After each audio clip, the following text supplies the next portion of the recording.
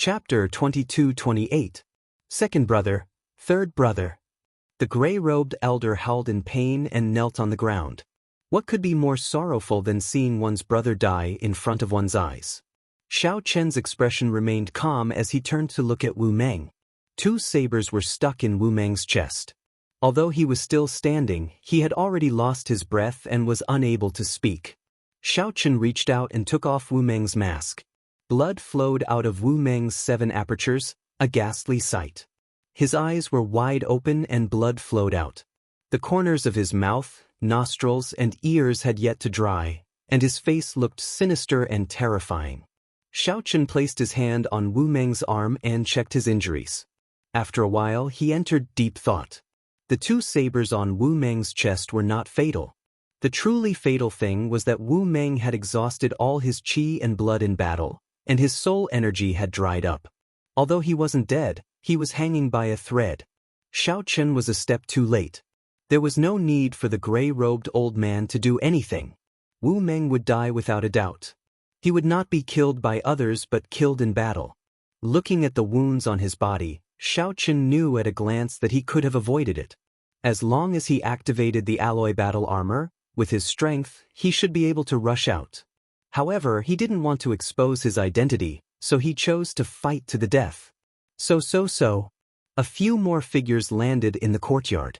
They were Nangong Feng and the others, who had rushed over. Seeing that Wu Meng had not returned by daybreak, Xiao Chen decisively chose to look for Wu Meng. The others were a few steps behind him, only arriving now. "Brother Wu." Seeing Wu Meng's appearance, Nangong Feng and the others immediately revealed pained expressions. Only Emochen calmly checked on Wu Meng's injuries. "I've already sealed his divine seal to ensure that his soul doesn't scatter. He won't die, so don't be too sad. Emochen, take care of him. I'll be right back." Xiao Chen said softly and turned to look at the gray-robed old man. A trace of viciousness flashed in the old man's eyes, but he was not blinded by hatred. He looked coldly at Xiao Chen and quickly retreated. What a pity! This kind of person was a scourge if left alive. Now that he had voluntarily retreated, there was no reason to continue killing him. Xiao Chen looked around and saw a hole in the wall of the main building. The 10 Chamber of Commerce's guild leaders and Su Yi looked at him with different expressions. Xiao Chen spread his arms and soared into the sky, the dragon shadow following him. He was clearly just one person, but he gave off the impression that there were 10,000 dragons patrolling, majestic and unstoppable. Thud thud thud. Hurried and disorderly footsteps rang out. The leaders of the 10 great merchant guilds all took several steps back. The various sovereign emperor guards silently stepped forward and blocked the way, cautiously looking at Xiao Chen. As the saying went, there was strength in numbers. There were several 3-vein sovereign emperor experts in this main pavilion. However, when they stood together and faced Xiao Chen, for some reason, they felt immense pressure, not daring to underestimate him. There was no need to explain the reason. The royal blue dragon bloodline, the soul energy from the demonic sovereign's divine flame, the 10,000 dragons art that had been passed down for countless epochs, and Xiao Chen's untainted and pure heart. How could this group of people face him? Even a 4-vein sovereign emperor would feel mountain-like pressure when facing Xiao Chen, who did not deliberately withdraw his aura, forcing them to be careful at all times. Barging into this old man's private residence and killing my guards, who exactly are you? The bountiful treasure pavilion's Lu Zhang, who hid behind the guards, shouted as he looked coldly at Xiao Chen with a sullen expression. "Greetings, Envoy Inspector." Right after Lu Zhang spoke, Su Yi bowed slightly and greeted softly. The Misty Rain Pavilion's duo Sa Sha bowed at the same time and greeted respectfully. "What?" The 10 Chamber of Commerce's guild leaders immediately felt an uproar in their hearts.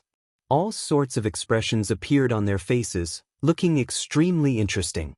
Xiao Chen had arrived at the Misty Rain Pavilion only last night. More accurately, he had only arrived about 14 hours ago. Although these people knew that the new Envoy Inspector was very young, they did not have a portrait of him. They had always felt that the new Envoy Inspector was just a brat. How could he pose a threat? They did not associate him with Xiao Chen at all.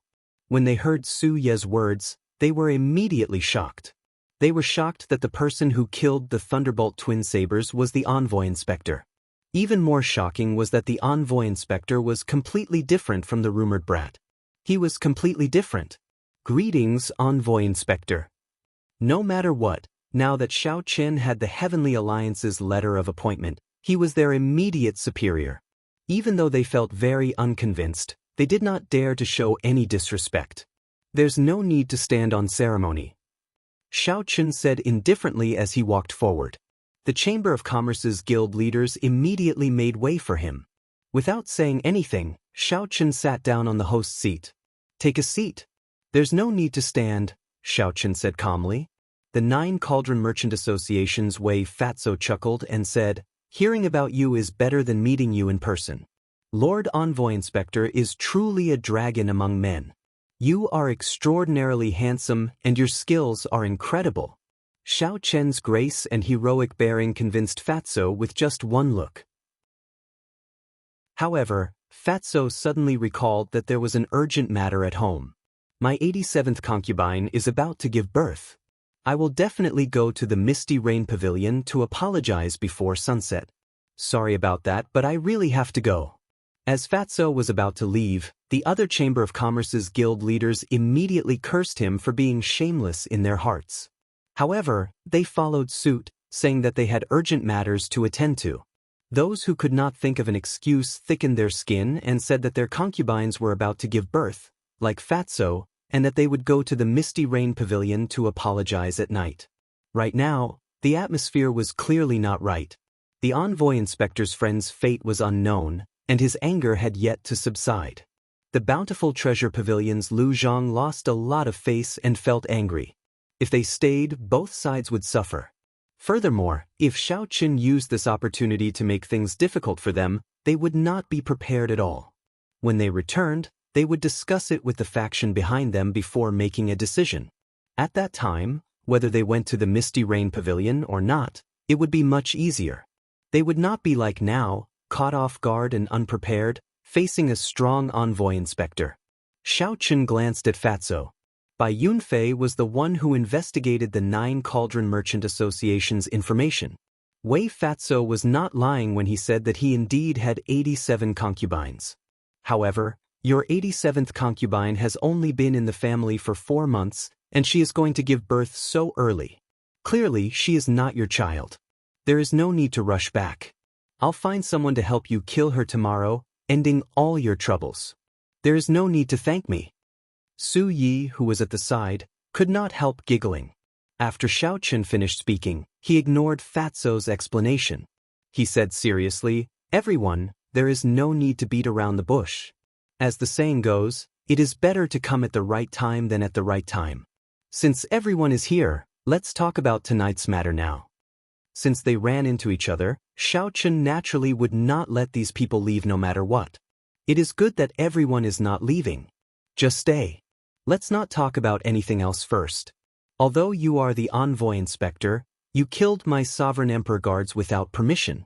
Even if you report this matter to Alliance Chief Hua Tianyang, you will not be able to justify yourself. This old man respects you as the Lord Envoy Inspector. However, you need to give me an explanation today. Otherwise, this old man will not let this matter rest. The Bountiful Treasure Pavilion's Lu Zhang showed a cold expression as he took the initiative to make things difficult. He picked up his teacup and looked at Xiao Qin. No matter what, he is a sovereign emperor. How can he kill him rashly? Even if he is in the wrong, he is still someone from the Heavenly Alliance. There is no need to be so ruthless. Lord Envoy Inspector, you should give us an explanation. Otherwise, old Lu's anger will not be appeased. The Bountiful Treasure Pavilion's contributions to the Heavenly Alliance are the greatest in the Yanwu dynasty. No matter what, you should give us some face. After all, the Bountiful Treasure Pavilion's Lu Zhang had operated in the imperial capital for many years. His reputation and connections among the 10 great merchant associations gave him a lot of weight. The moment Lu Zhang spoke, a few association chiefs voiced their support. However, their tones were rather gentle. If Xiao Qin had not shown such an overbearing attitude earlier, these words might have sounded strange and exceptionally unpleasant. The Golden Essence Merchant Association's Jin Bao showed a meaningful cold smile as he casually toyed with the 3 glass pearls in his hand. Jin Bao really wanted to see how this new envoy inspector, who appeared extraordinary but was clearly too young, would deal with a sinister old man like Lu Zhang. Jin Bao wanted to see how this new envoy inspector, who appeared extraordinary but was clearly too young, would deal with a sinister old man like Lu Zhang. Just based on his aura, one could not tell if Lu Zhang was a true dragon or a false dragon. The 9 Cauldron Merchant Association's Wei Fatso seemed to be thinking about how to defend himself against the problem of whether he had planted the bountiful treasure pavilion or not, ignoring everything else. The association chiefs of the other merchant associations observed Xiao Chen's expression and cheered in their hearts. As long as the bountiful treasure pavilion's Lu Zhang continued to be unyielding, the bigger the commotion, the better. It would be for the best if this envoy inspector could cause a commotion and not talk about collecting authority and auditing the accounts. If Xiao Chen did not deal with this properly, these neutral association chiefs would quickly join the ranks of those supporting Lu Zhang. The seemingly calm room was actually full of schemes, each harboring ulterior motives. There were undercurrents surging, boundlessly dangerous. However, Xiao Chen did not answer directly. Instead, he looked at Su Yi and asked, "Pavilion Master Su, what do you think?" Su Yi felt stunned when she heard that. Clearly, she had not expected Xiao Chen to throw the ball at her. This move also surpassed many people's expectations. Everyone immediately focused their gazes on Su Yi. Xiao Chen was forcing her to take a stand. There was no way out. Under everyone's gazes, the situation forced her into a corner. She could not avoid it. Su Yi's thoughts raced. In the blink of an eye, countless thoughts flashed through her mind. However, she soon figured out that she was very clear on Lu Zhang's background. However, she could not figure out Xiao Chen's background. No matter what, she could not offend Xiao Chen too much for now. Furthermore, when the two of them tested each other in the Misty Rain Pavilion, Xiao Chen did not show any hostility to her.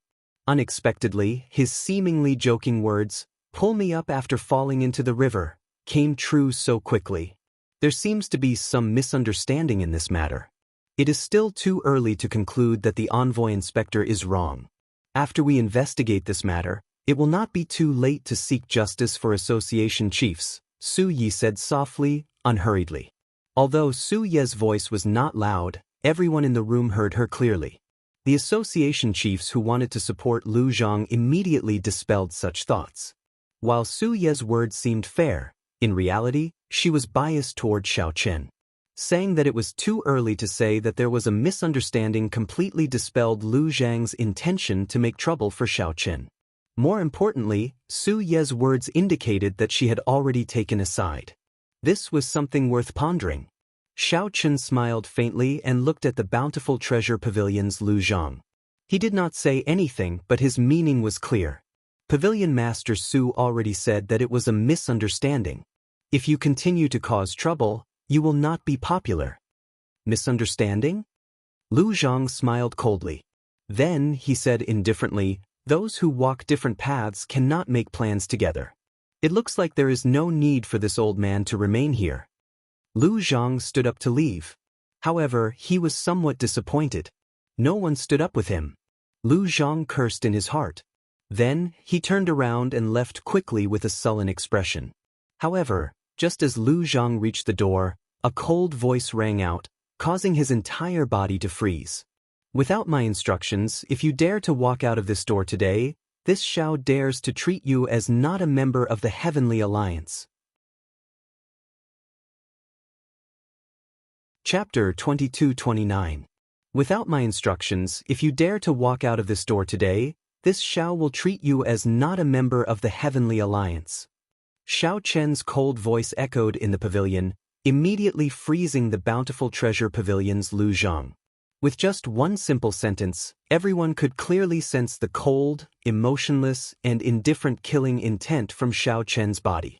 The atmosphere in the hall suddenly became a little quiet. Aside from the sound of heartbeats, there was no sound of wind or words. Was Xiao Chen just bluffing, or was he really going to kill? The association chiefs of the subordinate merchant associations could not understand what was going on. They stole glances at Xiao Qin. Aside from coldness, Xiao Qin did not show any emotion, appearing unfathomable and unfathomable. Damn it! Lu Zhang cursed in his heart. His expression turned extremely sullen as he stood with his back facing Xiao Qin. No matter whether Lu Zhang advanced or retreated, it was an indisputable fact that he was at a disadvantage before Xiao Qin in their first clash. At this moment, Lu Zhang was stuck in a dilemma. He did not dare to act rashly. He was somewhat afraid that Xiao Qin would really disregard everything and kill him here. Xiao Qin was clearly just a one-vain sovereign emperor. However, the strength that he showed deterred the three-vain sovereign emperor guards from making a rash move. Lu Zhang also did not know where the gray-clad old man from earlier had gone. If that gray-clad old man were still around, Lu Zhang was confident that he could protect himself even if Xiao Qin made things difficult for him. Now, Lu Zhang really did not dare to gamble. The best outcome would be for someone to step forward and share some of the pressure for him. However, there was no one. No one in the pavilion stood up for him, making him feel even more flustered. I cannot retreat. Once I retreat, I will lose all my dignity. If word gets out that I was frightened by a brat, I will not retreat. In the future, how am I going to establish myself in the cruel imperial capital? If you want to play, this old man will play with you. At worst, this old man will die together with you. This thought just appeared in Lu Zhang's mind when he suddenly felt the killing intent behind him multiply, rising rapidly. It was Xiao Qin casually moving his right hand, silently forming the Buddhist sect's 7-kill seal. Xiao Qin's killing intent seemed to make time stop as it penetrated Lu Zhang's body. Like frost, it spread through his limbs, bones, and internal organs. As long as he dared to act rashly, Xiao Qin would definitely kill him without the slightest mercy. Guild leader Lu, come back first. It won't be too late to leave after hearing what the envoy inspector has to say. Su Yi frowned slightly and said softly. She did not wish to see an overly domineering Xiao Qin.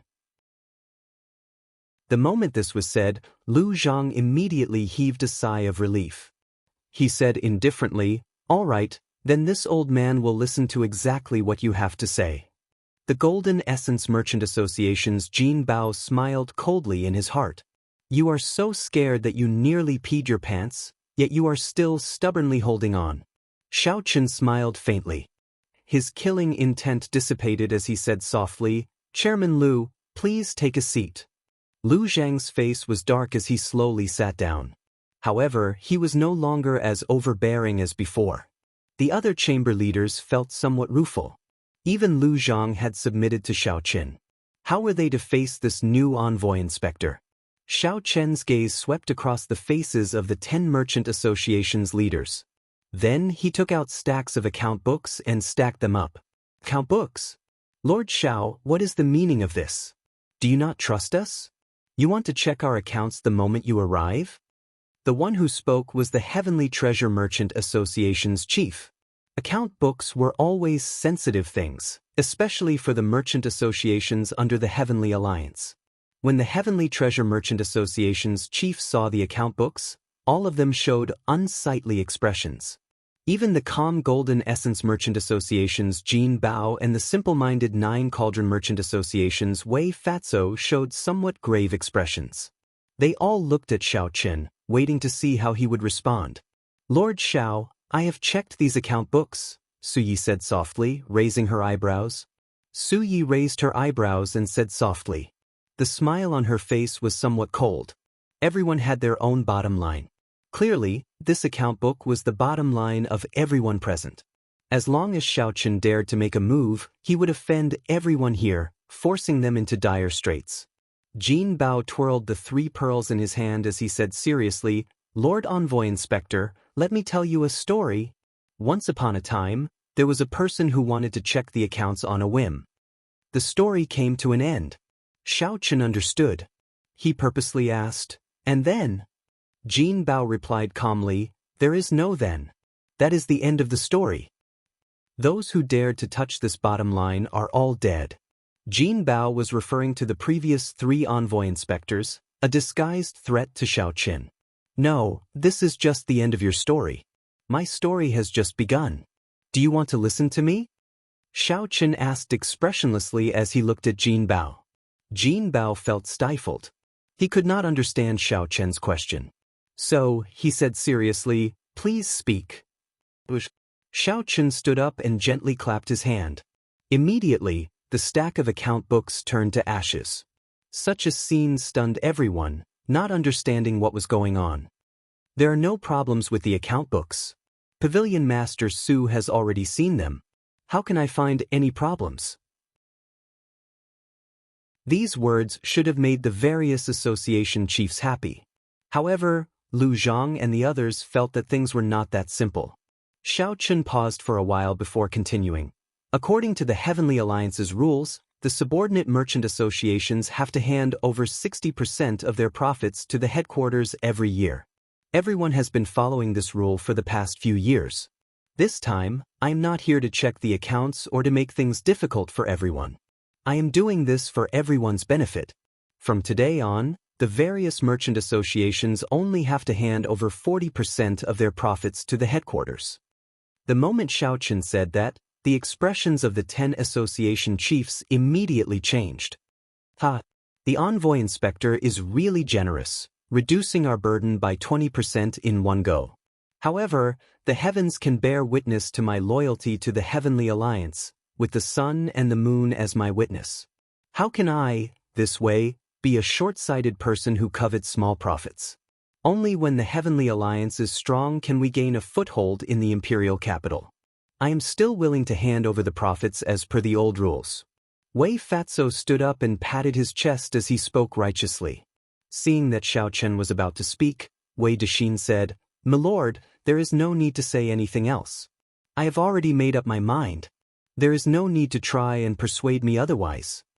Xiao Chen smiled coldly in his heart. In the past, they said they would hand over 60%. However, in reality, they were just making up the accounts.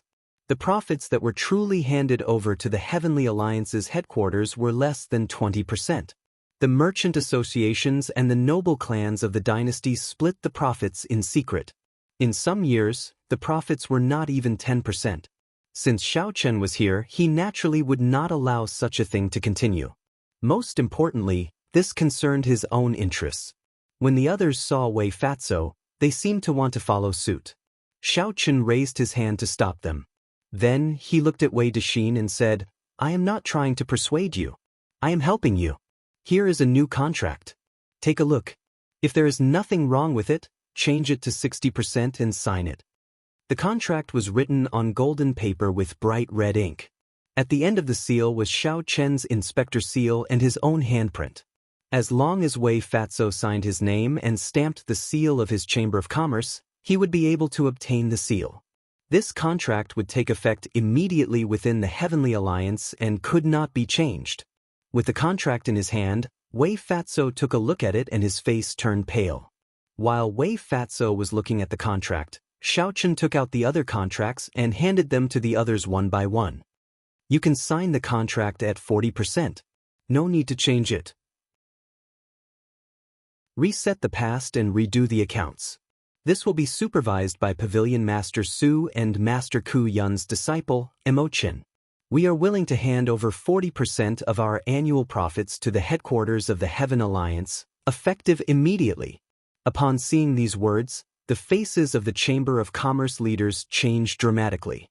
In the past, the accounts were all fake. They claimed to be 60%, but in reality, only less than 20% of the profits were handed over. Once this contract was signed, they would have to hand over at least 20% of their profits every year. 20% was not to be underestimated. Given the prosperity of the imperial capital, Yen City, this additional 20% was an astronomical figure. Every one of the 10 great merchant associations had to hand over an additional 20%. That number was simply unimaginable. The Heaven Alliance's profits in the Yenwu dynasty in 1 year equaled 10 years, even a century.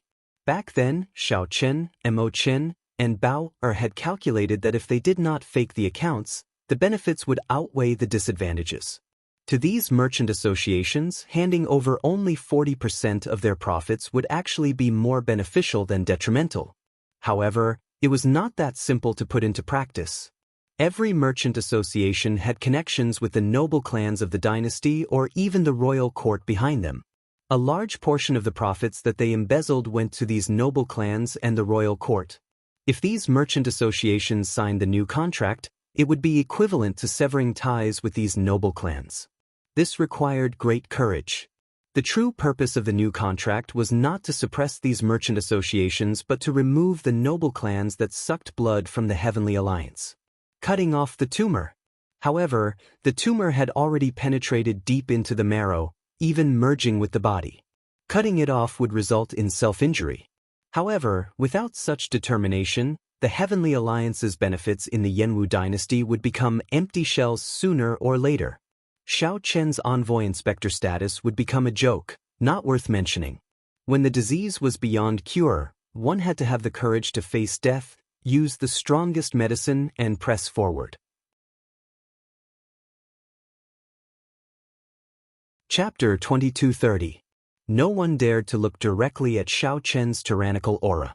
This was not the aura that a one-vein sovereign emperor should have. Xiao Chen had not even attacked Lu Zhang, yet he attacked Jin Bao. Furthermore, Jin Bao had been caught off guard. However Jin Bao injured Wu Meng, Xiao Chen returned it to him in the same way, doubling it. The past was reset, and the accounts were redone. Lord Xiao, this is my declaration. Even the original owner, Lu Zhang, had left. Only Xiao Chen and Su Yi remained in the empty main pavilion. Without any warning, Xiao Chen's royal blue dragon bloodline erupted, and his eyes turned golden. Many thanks. Goodbye. When Su Yi heard that, her eyes lit up. She smiled and said, "So, you are actually kind in the depths of your heart.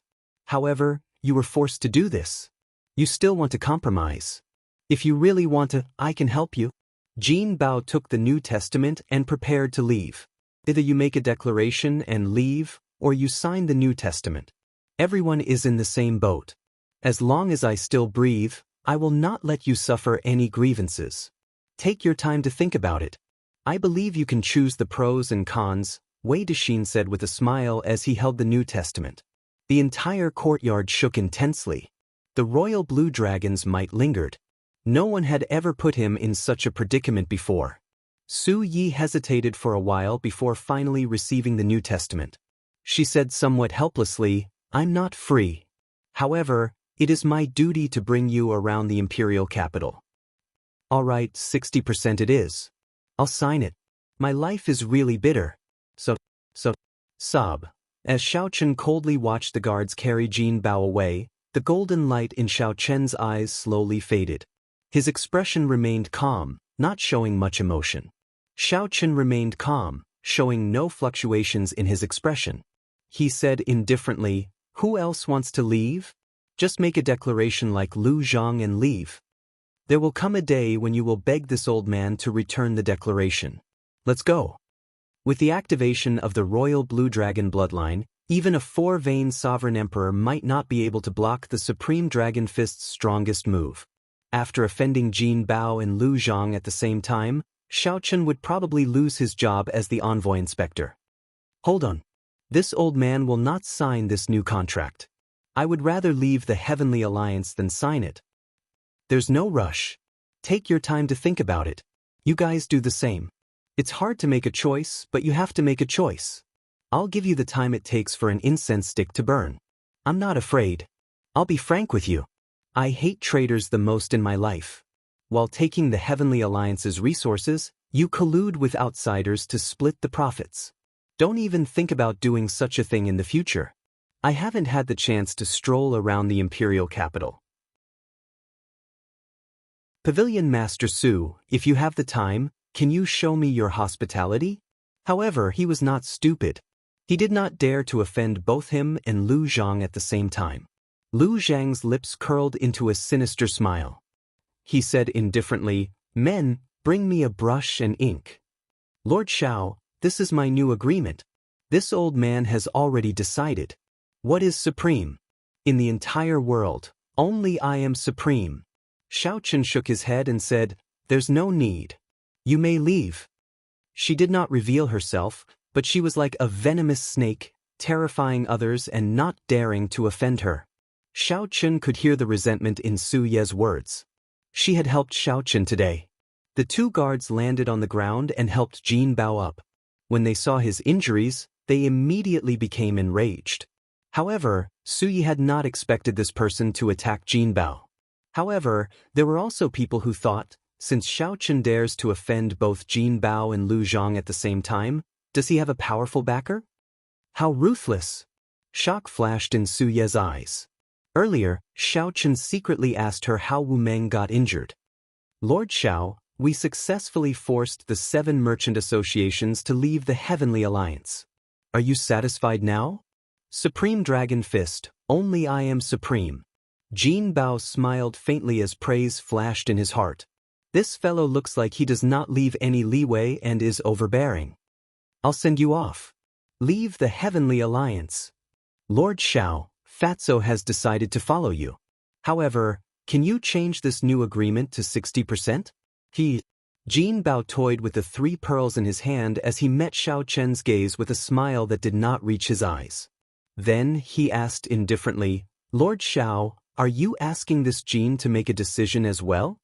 Xiao Chen said softly as he handed the 3 copies of the new agreement, including Fatso's, to the other party. However, rage and murderous intent did not overwhelm Jin Bao's final bit of rationality. He knew that if the guards beside him dared to attack Xiao Chen, they would definitely die. Even if he gritted his teeth and endured the pain, he had to thank Xiao Chen for this punch. Seeing Xiao Chen injure Wu Meng, aside from being shocked, many of the association chiefs also made up their minds. Caught off guard, Jin Bao could not react at all. Xiao Chen's punch sent him flying. Bang! The first 4 words represented Xiao Chen's sincerity. He would not pursue the past of these association chiefs for falsifying accounts. The last 4 words represented Xiao Chen's ambition. He hoped to reshuffle the cards and establish his own order. The other association chiefs would have to think twice before making such a declaration. They did not have such confidence. Aside from the bountiful treasure pavilion's Lu Zhang, who had deep accumulations and strong connections, he did not fear such a declaration. Xiao Chen asked as he turned his head, not caring about it. Lu Zhang looked at Xiao Chen, and disdain flashed in his eyes. Then he turned and left. "I will take the new agreement back and study it carefully. I will definitely give Lord Xiao a satisfactory answer in the near future." Xiao Chen said calmly. This Fatso's background was somewhat unfathomable. Su Yi said in a somewhat piercing tone with a smile on her face. If Xiao Chen could not even protect himself, how could he protect the people in the same boat as him? In an instant, Fatty Wei was the only one left among the 10 chambers of commerce who was still in a dilemma. "Lord Xiao, this is this old man's declaration. Lord Xiao, please keep it safe for now." No matter how forceful Xiao Chen was, he should not offend both of them at the same time. Have you heard of this saying? Seeking compromise through conflict. Many people appear overbearing, showing an attitude of wanting to destroy both good and bad together. In reality, the more this is so, the more insecure they feel. However, they want to use this to seek compromise and gain a foothold for themselves. Confusion flashed in Jin Bao's eyes. He turned around and asked, "What's the matter?" "Wrong. I am a bad person. I will not show mercy when I gain the upper hand. If these people take a step back, they can forget about making a comeback before me." Xiao Chen, hold it properly. Association chiefs. Xiao Chen would only believe Xiao Chen if Xiao Chen was willing to sign the new agreement at 60%. Otherwise, he would consider it even if Xiao Chen delivered himself to him. Xiao Chen extended his hand and gestured for Xiao Chen to leave. Then he said, "Leave a declaration that you are voluntarily withdrawing from the Heavenly Alliance, and you may leave. Take care. I won't send you off." After writing the declaration of withdrawing from the Heavenly Alliance, Lu Zhang no longer stood on ceremony with Xiao Chen, directly addressing him by his name. Xiao Chen smiled faintly, immediately angering Su Yi.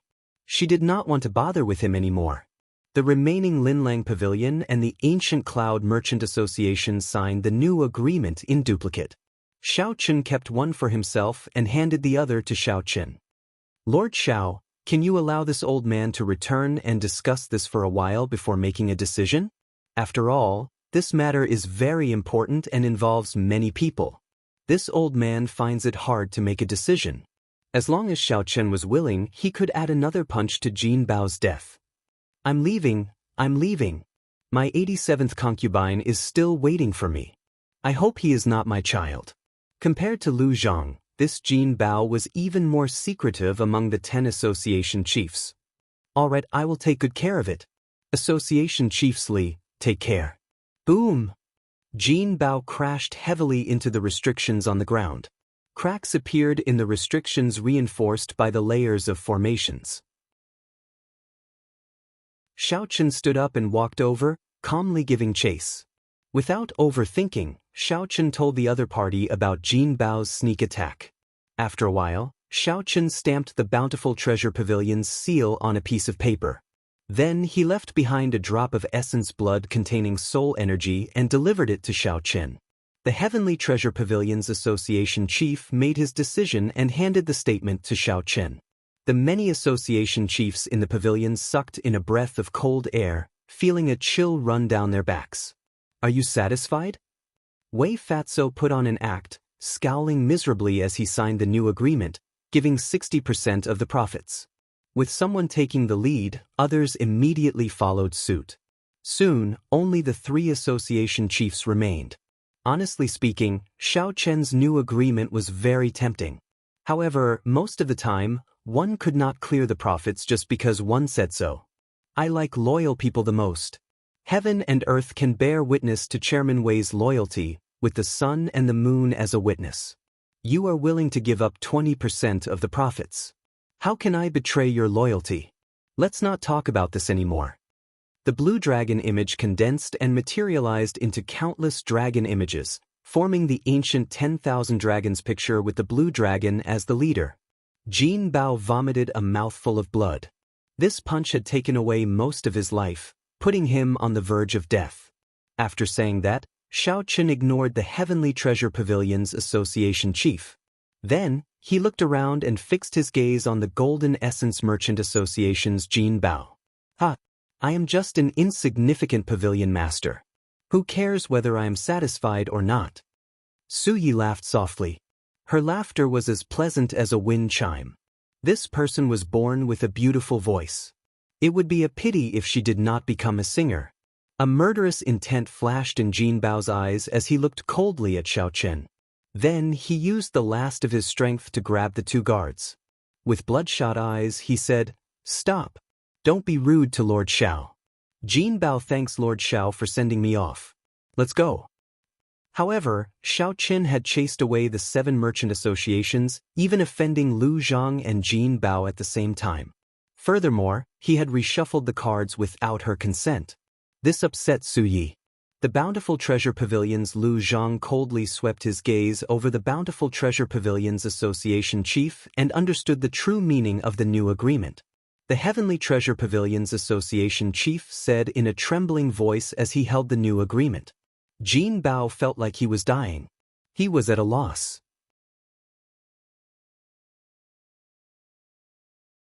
Chapter 2231. The imperial capital, Yen City, was flourishing and prosperous. Fragrant chariots and horses, jade chariots crisscrossing, golden whip arrowheads, dragon jaws, phoenix soil tassels. There were even golden threads winding around the trees, celestial birds singing about the flowers, jade trees and silver platforms, and window lattice acacia. It was a flourishing scene of rich and powerful nobles competing in luxury and pursuing pleasure. As Xiao Chen strolled through the imperial capital Yen City in the early morning, he fully appreciated the prosperity of the imperial capital Yen City. Many thanks to you for Wu Meng's matter. After leaving the main building, Su Yi checked on Wu Meng's injuries again. Then she got the Misty Rain twin fiends to contact a famous doctor in the imperial capital to treat Wu Meng. It's just a small matter. Even if there isn't a famous doctor, Master Ku Yun's disciple is capable. Your friend's injuries also healed very quickly. However, if I'm not mistaken, he must have been following me in secret. That's why he ended up like this. Su Yi casually glanced at the scene on the street as she spoke in a carefree manner. I'll ask him when he wakes up. Of course, Xiao Chen would not take the initiative to admit this. He said with a serious face. Su Yi thought disdainfully. Just as she was about to speak, a figure hurried over to them. The person who came was not very old and looked very young. He wore a simple green robe with a green luan embroidered on his collar. This is a messenger from the Azure Phoenix Pavilion. Su Yi, who knew the various major powers of the imperial capital like the back of her hand, explained. Miss, you have good eyes. This must be young Master Xiao. Here is a letter for you. Please keep it well. After handing the letter to Xiao Chen, the messenger left quietly, his figure quickly drowning in the tide of people. Opening the envelope, Xiao Chen read the contents. There were not many words in the letter, just a simple sentence. I heard that benefactor Xiao has come to Yen City, and I am very happy. Let's meet at the Misty Rain Pavilion in 3 days. The Hidden Spirit Temple's little monk, Yuan Zhen. Xiao Chen put away the letter and thought to himself, how fast. This fellow has just arrived in Yen City, and he already received the news. He must have come for the key to the Divine Palace. It looks like I'll have to trouble you to prepare a private room for me in the Misty Rain Pavilion 3 days later. It's simple. I'll send someone to arrange it after I return. This small interlude did not interrupt Xiao Chen's mood. The capital's beautiful scenery was worth visiting. However, when he invited Su Yi out, he did not really want her to accompany him shopping. Instead, he wanted to test her attitude. However, there was no rush. He believed that Su Yi was more anxious than he was. As expected, after a while, Su Yi took the initiative to ask, what do you plan to do next? After chasing away the 7 merchant associations, the Heavenly Alliance's profits in the Yanwu dynasty decreased by at least 80%. Not only do you have to face pressure from the Heavenly Alliance, but you also have to face the threat of the noble clans in the capital. Xiao Chen said calmly, we will take the initiative to attack. First, we will cut off the Heavenly Alliance's resources from these 7 great merchant associations. I say, Yun one of sect one with. A bright light flashed in Su Ye's eyes. In the end, she had underestimated this Xiao Chen. It looked like he came prepared. He was very clear about what he had done and did not regret it at all. Without Lord Mu Zifeng's approval, it will be difficult for me. Without Lord Mu Zifeng's approval, I'm afraid it will be difficult for me. The Misty Rain Pavilion managed the resources provided by the Heavenly Alliance's headquarters. Then, they distributed them to the 10 merchant associations. Based on the current situation, the Misty Rain Pavilion's authority was in Su Ye's hands. If she was not willing, it would be impossible for her to cut off the 10 merchant associations' resources. It's fine. I'll bear all the responsibility. If you find it difficult, you can leave it to me. Xiao Chen's meaning was clear. If Su Yi is not willing, then let's go. I'll do it myself. Su Ye's expression changed. Clearly she made up her mind. After a while, she said, all right, I agree. However, I always keep 10% of the Heavenly Alliance's resources for myself. This rule cannot be changed in the future. Xiao Chen thought to himself, I can tell that this pretty Su Yi is so black-hearted. She keeps 10% of the resources for herself. Who knows how much profit she has made over the years? Now that I think about it, she cannot take it all by herself. I do not know if the Sword God noble clans are behind her. However, it is good that things are clear. Now that I know the other party's bottom line, many things will be easier to negotiate. Alright, it is settled. Which one do you think is better? The 9 Cauldron Pavilion, the Linlang Pavilion, or the Ancient Cloud Merchant Association? There was no need to fall out with Su Yi for now. 10% of the resources was still within Xiao Chen's acceptable range. The Linlang Pavilion and the Ancient Cloud Merchant Association are at the bottom of the 10 merchant associations. They do not have deep ties to the noble clans, and their presence is negligible. That's why they dare to sign a new contract. If you want to support them, the 9 Cauldron Pavilion is the only choice. However, Fatso is not easy to deal with. He looks like he is acting crazy, but in reality he is very ambitious and capable. Su Yi had a very high evaluation of Wei Dexin. She said seriously, if you are not worried about him biting back at you, there should not be a problem. It looks like this is the only choice. The Nine Cauldron Pavilion had a rather deep relationship with Xiao Qin. Su Yi looked at Xiao Qin and suddenly smiled. I discovered that I really cannot see through you. The Bountiful Treasure Pavilion is supported by the First Prince. The Golden Essence Merchant Association is supported by the 13th Prince. These two princes are very strong and have the ability to seize the throne. To think that you are not flustered at all. Can you tell me why you are so confident? Are you really not afraid of death? When Su Yi saw that Xiao Chen was still thinking about how to support the Nine Cauldron Pavilion, she could no longer hold back. Su Yi could no longer hold back. Including Monarch Yu, Xiao Chen had already offended 3 princes. Su Yi simply could not understand how Xiao Chen dared to offend the royal clan in Yen City. I can tell you. However, you have to tell me, what is your relationship with the Sword God's noble clan? Xiao Chen asked softly with a smile, raising his eyebrows. Forget it. At the mention of the Sword God's noble clan, Su Ye's expression immediately changed, even turning somewhat cold. Xiao Chen entered deep thought. It looked like the other party's relationship with the Sword God's noble clan was not as simple as he thought. The Sword God's noble clan was a noble, orthodox clan. To think that they allowed a woman to manage a brothel in public. Actually, this was very strange, even more serious than when fiendish saber Shimu practiced the saber technique. Su Ye's expression was the same as the previous night. When Xiao Chen mentioned the Sword God's noble clan, the other party's expression immediately changed. It looked like this was the other party's taboo. There had to be something strange about this. That is, the Smiling Daughter Pavilion. Xiao Chen looked around and discovered an ancient pavilion that was even more majestic and grand than the Misty Rain Pavilion. So, he quickly changed the topic. Right? The Smiling Daughter Pavilion is the best brothel in the imperial capital Yen City. It has the best musicians and the most beautiful singers. Furthermore, it has a powerful sword dance that has been passed down for a long time and is known as the best in the world. When the fairy basket appears, even a sovereign emperor will make a move. The profits there are horrifying. At the mention of the Smiling Daughter Pavilion, Su Yi revealed a complicated and somewhat respectful expression, successfully forgetting her earlier unhappiness. Xiao Chen recalled the Pleasure Quarter alliance that Emo Chen mentioned. Aside from the Misty Rain Pavilion, all the pleasure quarters in the imperial capital Yen City belonged to the Pleasure Quarter alliance. From a certain point of view, the Smiling Daughter Pavilion represented the Pleasure Quarter alliance. How does the Misty Rain Pavilion compare to it?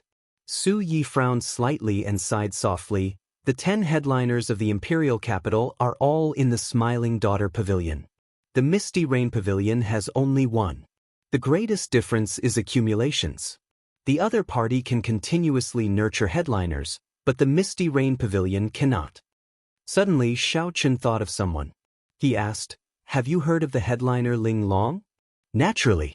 She has been one of the 10 headliners for a long time already. Her supreme pipa skills are unparalleled in the world, unrivaled. She can be called an immortal musician. However, she already... Bang!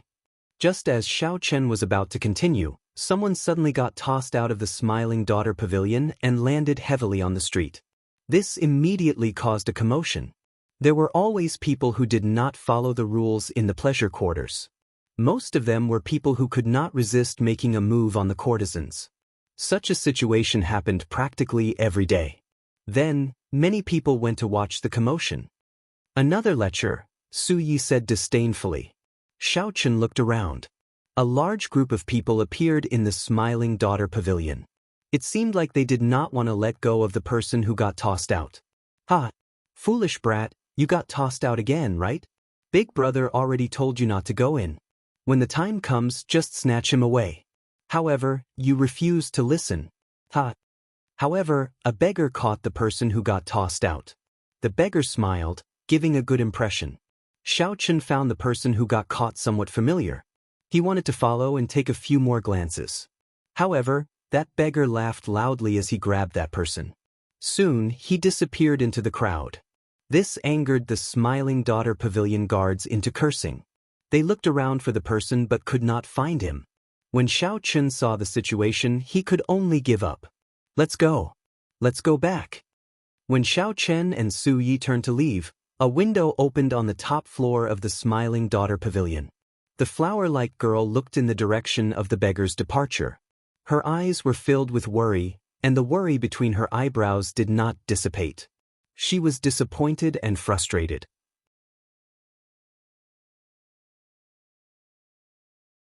Chapter 2232. As Xiao Chen leisurely strolled around the imperial capital, he and Su Yi came to a preliminary consensus. This matter that would startle Yen City and affect the entire Yenwu dynasty settled down peacefully just like that. The 10 subordinate merchant associations of the Heavenly Alliance occupied more than 70% of the entire dynasty's market. However, due to the deep involvement, the Heavenly Alliance could not get the biggest slice of the pie, even though it wanted to. These merchant associations and the local noble clans worked together to split the true benefits. What was left to the Heavenly Alliance's headquarters was just a layer of soup. Even if they wanted to, they had to maintain the status quo due to the successive deaths of the previous envoy inspectors. After chasing away the 7 merchant associations, how long could Xiao Chen live? Would he end up like the previous envoy inspector? No one could be confident that he would die a violent death. Xiao Chen had just arrived in the imperial capital, yet he made such a big move. It would be hard not to stir up a storm. The road ahead was dangerous, and the storm would be hard to stop. Undercurrents gathered, waiting for the day to erupt. In the courtyard behind the misty rain pavilion, Xiao Chen's mental state did not change, remaining calm. After killing the Thunderbolt twin sabers, the Mahamya abstinence violation saber technique's 3-life flower, he tested out a small part of his skills. The results satisfied Xiao Chen. The 3-life flower was only at initial perfection, still far from great perfection. The more it was so, the more anticipation he felt. When it truly reached great perfection, how startling would the 3-life flowers might be. Aside from this, Xiao Chen gained a new understanding of the 10,000 Dragons art. The 10,000 Dragons picture materialized with the blue dragon as the leader was simply incomparable to the previous 10,000 Dragons picture. With the support of the new 10,000 Dragons picture, Xiao Chen could clash head-on with a 3-vein sovereign emperor with his 1-vein sovereign emperor divine energy cultivation, gaining the upper hand. Perhaps it has something to do with me activating the royal blue dragon bloodline. A bright light flashed in Xiao Chen's eyes as he said seriously. No matter what kind of storm he stirred up, the most important thing now was to raise his strength. Without overthinking, Xiao Chen focused on refining his soul with the soul accumulating pill. At the same time, he continued to comprehend the 3-life flower and the 10,000 Dragons art's first layer. He could clearly feel his strength increasing at every moment. The strength of the royal blue dragon bloodline was slowly manifesting itself, giving Xiao Chen endless transformations. 3 lives flower. When the flower blooms, it illuminates 3 lives. What it pursues is the instant of eruption, the ultimate power. If you want to increase this explosive power, you have to give the flower nutrients and light before it blooms, and then accumulate the power to bloom. No, that's not right. If I can't untie this knot, I'm afraid I can only reach initial mastery of the 3 lives flower. Where did I go wrong? Difficult. Maybe I was wrong from the beginning. Maybe I'm confused now. I should pursue my initial feeling and walk straight to the end. During these 3 days, Xiao Chen's cultivation of the 10,000 Dragons art and nourishing his soul energy went smoothly. With the help of the sovereign blue dragon bloodline and the soul accumulating pill, he improved rapidly. Only the cultivation of the 3-life flower reached a bottleneck, stopping at small success. The 3-life flower and the Mahamya abstinence violation saber technique's 5th move were much more difficult than expected. The instant the flower blooms, the 3 illuminations. Xiao Chen muttered to himself as he paced around the courtyard. Then, He looked up and saw jade-green decorations in the mirror lake behind the misty rain pavilion. When Xiao Chun looked carefully, he saw lotus leaves forming a green sea growing in the lake. When he looked into the distance, he could see blue flowers growing among the lotus leaves. Blue lotus flowers. This startled Xiao Chun slightly as he recognized the origins of these flowers. The blue lotus flower was also known as the water lily. It symbolized holiness, dignity, and solemnity. This flower had many connections to the Buddhist sect. Due to the hidden spirit temple, blue lotus flowers were rather common in the imperial capital. The lotus flowers had already bloomed beautifully. At some point in time, they looked very beautiful on the mirror lake. Perhaps I really was wrong at the start. The instant the flower blooms, it illuminates 3 lives. It is not the instant the flower blooms but the illumination of 3 lives. What it pursues is not the instant of eruption but the saber strike after the flower blooms. Xiao Chen's eyes lit up and he immediately revealed joy on his face. He quickly closed his eyes and started comprehending again. Boundless veritable essence energy and soul energy poured into his chest from his limbs and bones. Instantly, specks of light shot out from his chest. In the next moment, when Xiao Chen opened his eyes, blue petals silently bloomed from his body. The immortal flowers bloomed, and a blue lotus flower made of pure saber intent instantly bloomed with Xiao Chen as the center. Xiao Chen was not done yet. He drew the tyrant saber, and a saber light shot out. Instantly, the sky filled with blue lotus flowers. The light of the blue lotus flowers illuminated the entire world. He could not see the misty rain pavilion, the mirror lake, or even the imperial capital, Yen City. Only the lotus flowers bloomed, filling the sky with light and shadows, creating a dreamlike space. As the light and shadows changed, the various scenes that Xiao Chen experienced flickered in the surroundings, twisting into shadows. As Xiao Chen stood on the blue lotus flowers, his eyes looked crystal clear. His mortal heart was transparent and bright. So, that is the case. My heart is the foundation of this move. When the mundane heart is covered in dust, the instant the flower blooms, it is cleansed and illuminated for 3 lifetimes. Xiao Chen only drew the tyrant saber. If he drew the soul weapon Heavenly Slayer, who knew what kind of dreamlike scene this 3-life flower would show? With a thought, the light and shadows scattered, and the blue lotus flowers under Xiao Chen retracted. Finally, they gathered into a flower core and merged with Xiao Chen's heart, turning into an immortal heart that was cleansed and bright. This immortal heart did not refer to an immortal. Instead, when the 3-life flower reached great perfection, the mundane heart transformed into a brand new immortal heart. I finally reached great perfection. I just need to continue practicing this immortal heart, and I can make the blue lotus flowers bloom at any time. Xiao Chen tightly clenched his right fist, and a bright light flashed in his eyes. The elegance in his eyes became even more calm and reserved, appearing unfathomable. The 3-life flower was already so strong, bringing about a qualitative transformation. He looked forward to what kind of pleasant surprise merciless killing would bring him. The 3 days are up. That Yuan Zhen should be here tomorrow, right? At the same time, the association chiefs of the Heavenly Alliance's 7 subordinate merchant associations gathered again in Yen City. This time, they met at the Golden Essence Merchant Association's Jin Bao's place. When the bountiful treasure pavilion's Lu Zhang saw Jin Bao's pale complexion, he mocked, "Old brother Jin, you are severely injured, yet you are here to manage the situation. This Lu really admires your spirit." Jin Bao smiled coldly and retorted, "Why are you laughing at me? Back then, I nearly peed my pants in fright. If not for Pavilion Master Su helping you, you would have ended up in an even more unsightly state than I did. The 2 of you, don't argue. This time, we are discussing countermeasures. This is not the time to fight because of personal feelings." When the Heavenly Essence Merchant Association's association chief saw that the 2 were about to start arguing again, he quickly tried to pacify them. Lu Zhang smiled and said, "Countermeasures? Is there a need to think about it? Ha! This fellow is already at death's door. Is there a need for us to care?" When the Heavenly Essence Merchant Association's association chief heard that, His eyes immediately lit up. Is the first prince making a move? Lu Zhang smiled mysteriously, but didn't say anything. He just looked like he had a card up his sleeve. Even Jin Bao felt curious. He gave Lu Zhang a few more glances and said coldly, "Stop being so flustered. Just say what you have to say." "Indeed. What great idea does Senior Lu have? Share it with us." "That's right. Stop hiding it. Let's think about it together. Who knows, we might be able to make that brat die even faster." Lu Zhang put on a show and took a sip of tea.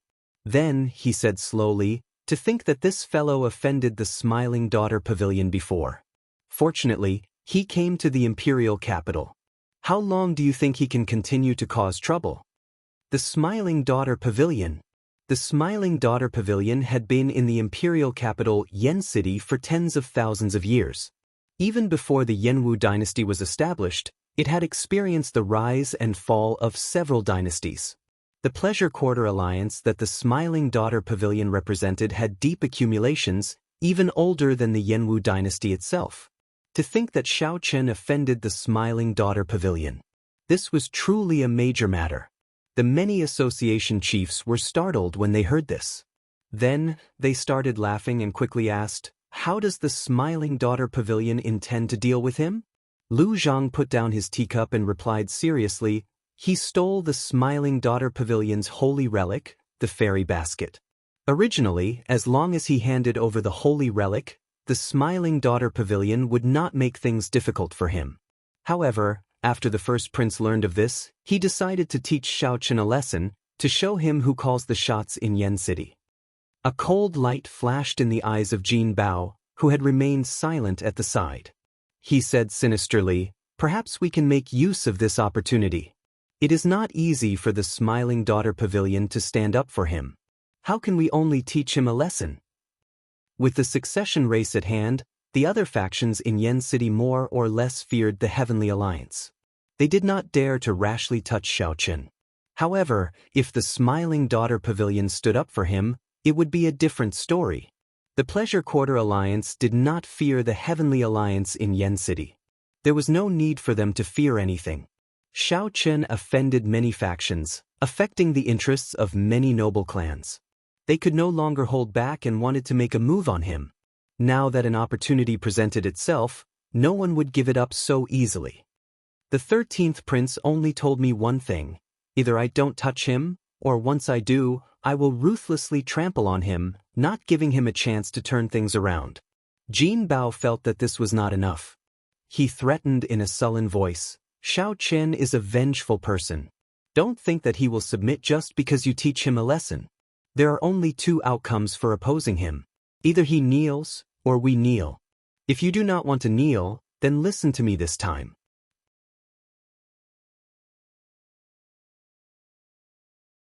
Chapter 2233. While the storm did not seem to stir Yan City, undercurrents surged on the surface. News of the new envoy inspector chasing away the 7 merchant associations had already spread. Each of the 7 merchant associations had an ancient noble clan behind them.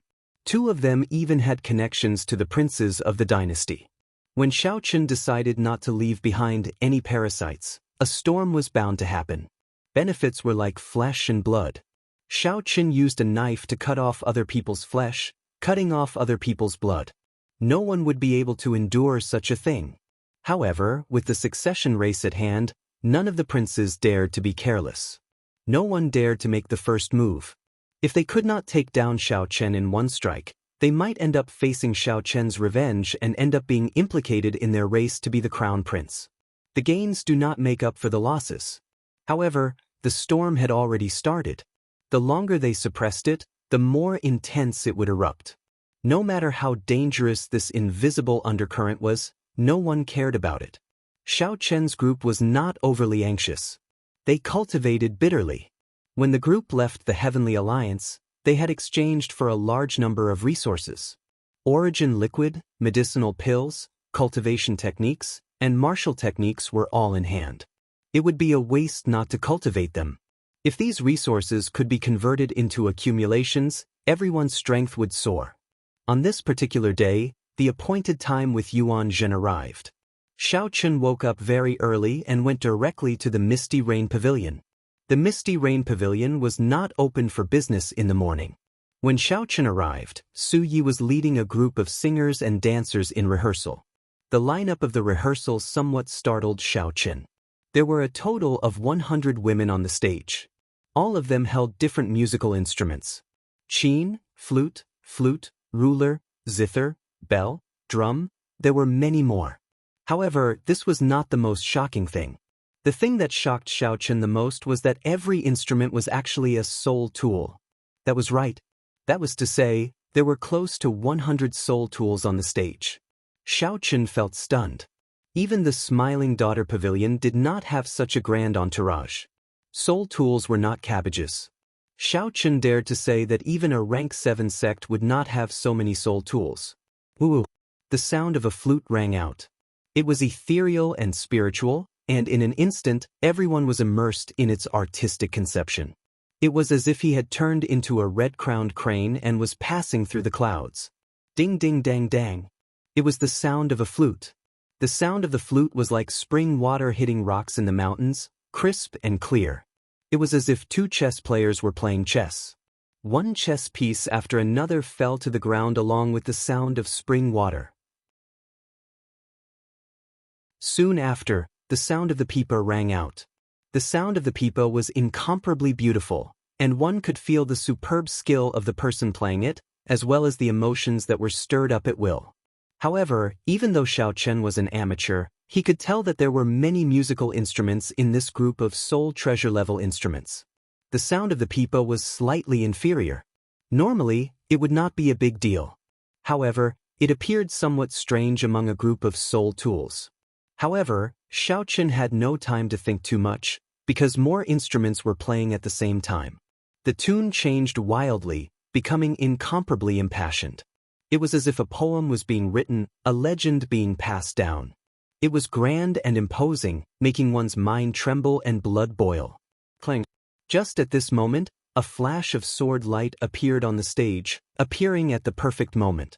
Just as everyone's blood boiled and they wanted to draw their swords, it appeared.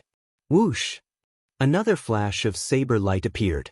Immediately, sabers and swords clashed. Together with the hundreds of musical instruments, they played a grand tune.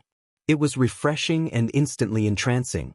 When the sabers and swords clashed, it was both a saber dance and a sword dance. The ones holding the sabers and swords were pretty women. This was the only point that Xiao Chun felt was insufficient. While it was pretty, it was pretty. It was beautiful, but it lacked the charm of the saber Dao and the sword Dao. The main reason was that these two women were dancers and did not have high cultivations.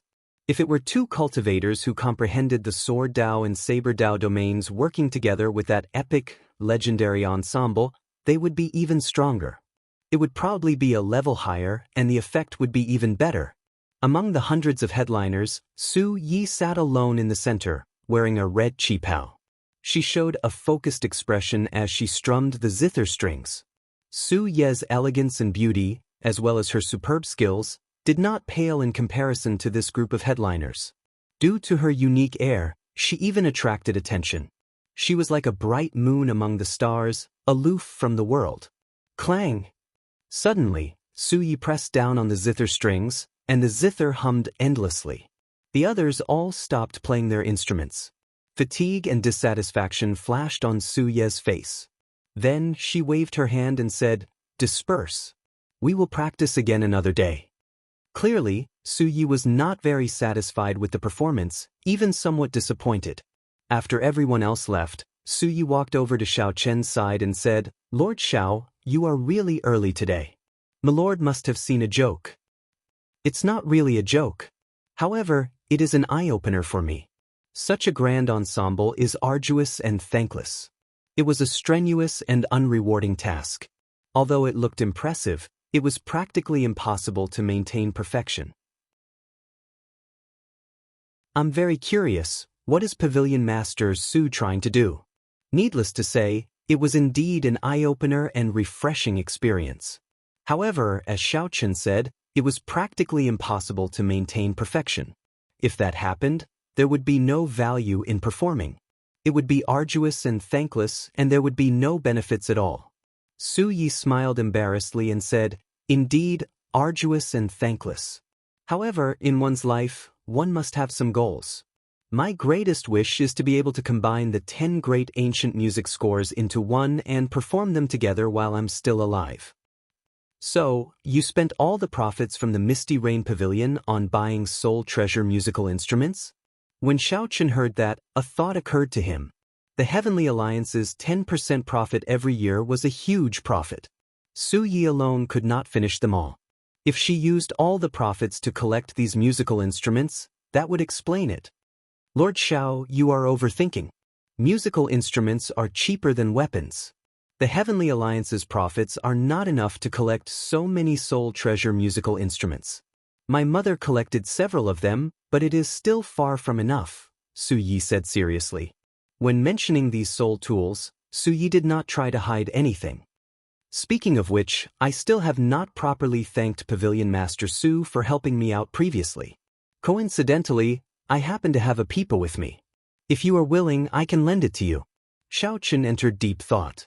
Then, he took out the medial-grade soul tool pipa from the Scarlet Blood Pirate King's inheritance and handed it to Su Yi. Profound Heaven? Su Yi held the pipa in her hand and adjusted it for a while before starting to play it. Immediately, a pipa song flowed smoothly from her fingertips, sounding melodious and pleasing to the ear, penetrating one's heart. This made Xiaochen feel embarrassed. Compared to the pipa that he played randomly in the past, he simply did not know what this was. Good pipa. The pipa was also known as the huqin. Su Yi praised softly, unable to put it down. Unconcealable joy flickered in her eyes. This was pure joy, just like when Xiaochen found the Heavenly Slayer spirit weapon. This was a bladesman's pure love for the saber. "Lord Xiao, state a price. No matter how much this pipa is worth, I want it," Su Yi said softly as a bright light appeared in her eyes. Xiaochen sighed. "How unfortunate. I was going to give this pipa to my martial nephew, so that he can use it as a token of love. You can use it first. I cannot make the decision. Otherwise, I would have given it to you directly." "That is indeed unfortunate." Su Yi felt somewhat disappointed. However, she still said joyfully, "Thank you, Big Brother Xiao. This is good. Ziyun will not have to complain anymore. The person you are waiting for is already in the private room. He arrived last night." "In that case, I'll go first." When Xiaochen reached the private room, he saw a cloaked person who had been sitting there for a long time. When this person saw Xiaochen arrive, he removed his cloak and revealed his shiny bald head. This was the smiling Yuan Zhen of the Hidden Spirit Temple. "Benefactor Xiao, how have you been?" Xiaochen said indifferently, "Stop being so polite. You want the ethereal immortal palace key, right? It is yours in the first place. I do not intend to keep it." Yuan Zhen felt disdain for Xiaochen in his heart. If it were in the past, he might have believed him. However, after being tricked by Xiaochen several times, it would be strange if he still believed him. "However, you have to tell me where the ethereal immortal palace's language is." Yuan Zhen nodded in agreement. After some thought, he said, "Honestly speaking, no one knows where the ethereal immortal palace is exactly. We only know the general area. It should be in the Yanwu dynasty. However, this prophecy has never been accurate before. It is hard to say how trustworthy it is." Xiaochen entered deep thought. Chu Chaoyun had said the same thing. Ethereal immortal palace lived up to its name. It was indeed ethereal. Every prophecy said that it would appear. However, it never did. Perhaps the true location had not been determined yet. It should be in the Yanwu dynasty.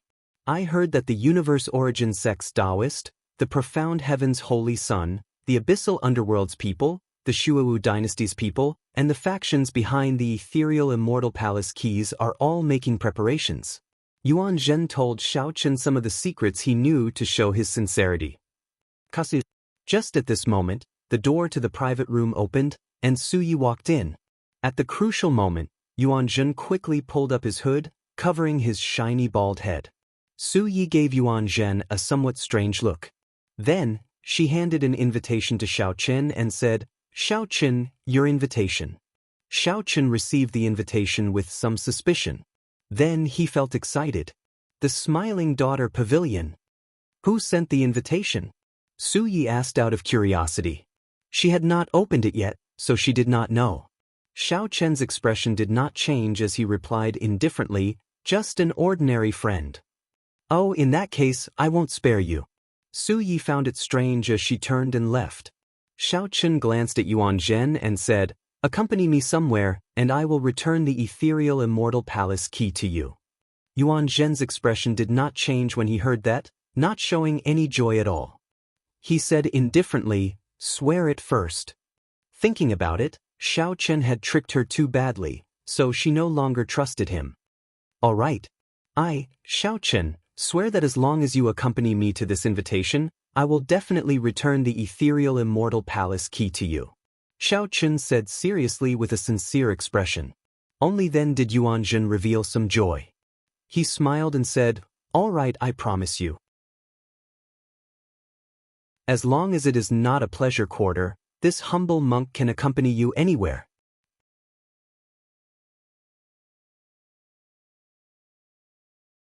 Chapter 2234. As long as you do not go to a pleasure quarter, this humble monk can accompany you anywhere. When Xiao Chen heard that, he felt somewhat apologetic. "Sorry, the place I want you to go is really a pleasure quarter." However, Xiao Chen could not be blamed for this. Even if he used his toes to think, he knew that the Smiling Daughter Pavilion coming to seek him out would not be for anything good. According to the information that Xiao Chen obtained, the Smiling Daughter Pavilion was very close to the first prince Wang Fei. Furthermore, the first prince happened to be the Bountiful Treasure Pavilion's backer. The Smiling Daughter Pavilion invited Xiao Chen for a gathering for no reason. It might have something to do with this. If Xiao Chen had Yuan Zhen's company, it might be of some unexpected use when necessary. "Benefactor Xiao, when are we leaving?" Yuan Zhen asked somewhat impatiently. He had been waiting for the ethereal immortal palace key for a long time already. It was rare for Xiao Chen to make a vow.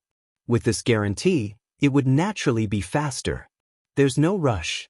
The appointed time is tonight." Xiao Chen showed a calm expression as he asked softly, "Speaking of which, how much do you know about the Yanwu dynasty's princes?" When Yuan Zhen heard that, he looked at Xiao Chen warily. Then he asked, "Why are you asking this? Could it be that you want to participate in the succession race?" After sizing up Xiao Chen for a while, Yuan Zhen seemed to understand something. "That's right. With your strength and status, you are barely qualified to participate in the succession race. However, you have to think this through. A large part of the reason why no one has made a move on you is that you have not chosen a side. Once you choose a side, you will cross the bottom line of the other princes. You have to think carefully about the consequences you will face at that time." Xiao Chen raised his eyebrows in surprise. "Unexpectedly, you seem to understand my current situation rather well. Ah, you just arrived, and you already killed Duke Yun's son. Before coming to the Misty Rain Pavilion, I heard that you forced away the 7 merchant associations, cutting off their Heavenly Alliance supply. Your actions are getting bigger and bigger. It would be hard for me not to know about it." Yuan Zhen smiled faintly, not hiding his understanding of Xiao Chen. "It looks like the Hidden Spirit Temple is not as detached as I imagined. The Hidden Spirit Temple probably knows all the matters of the entire dynasty, no matter big or small. Tell me, which princes have the highest chance of becoming the crown prince?"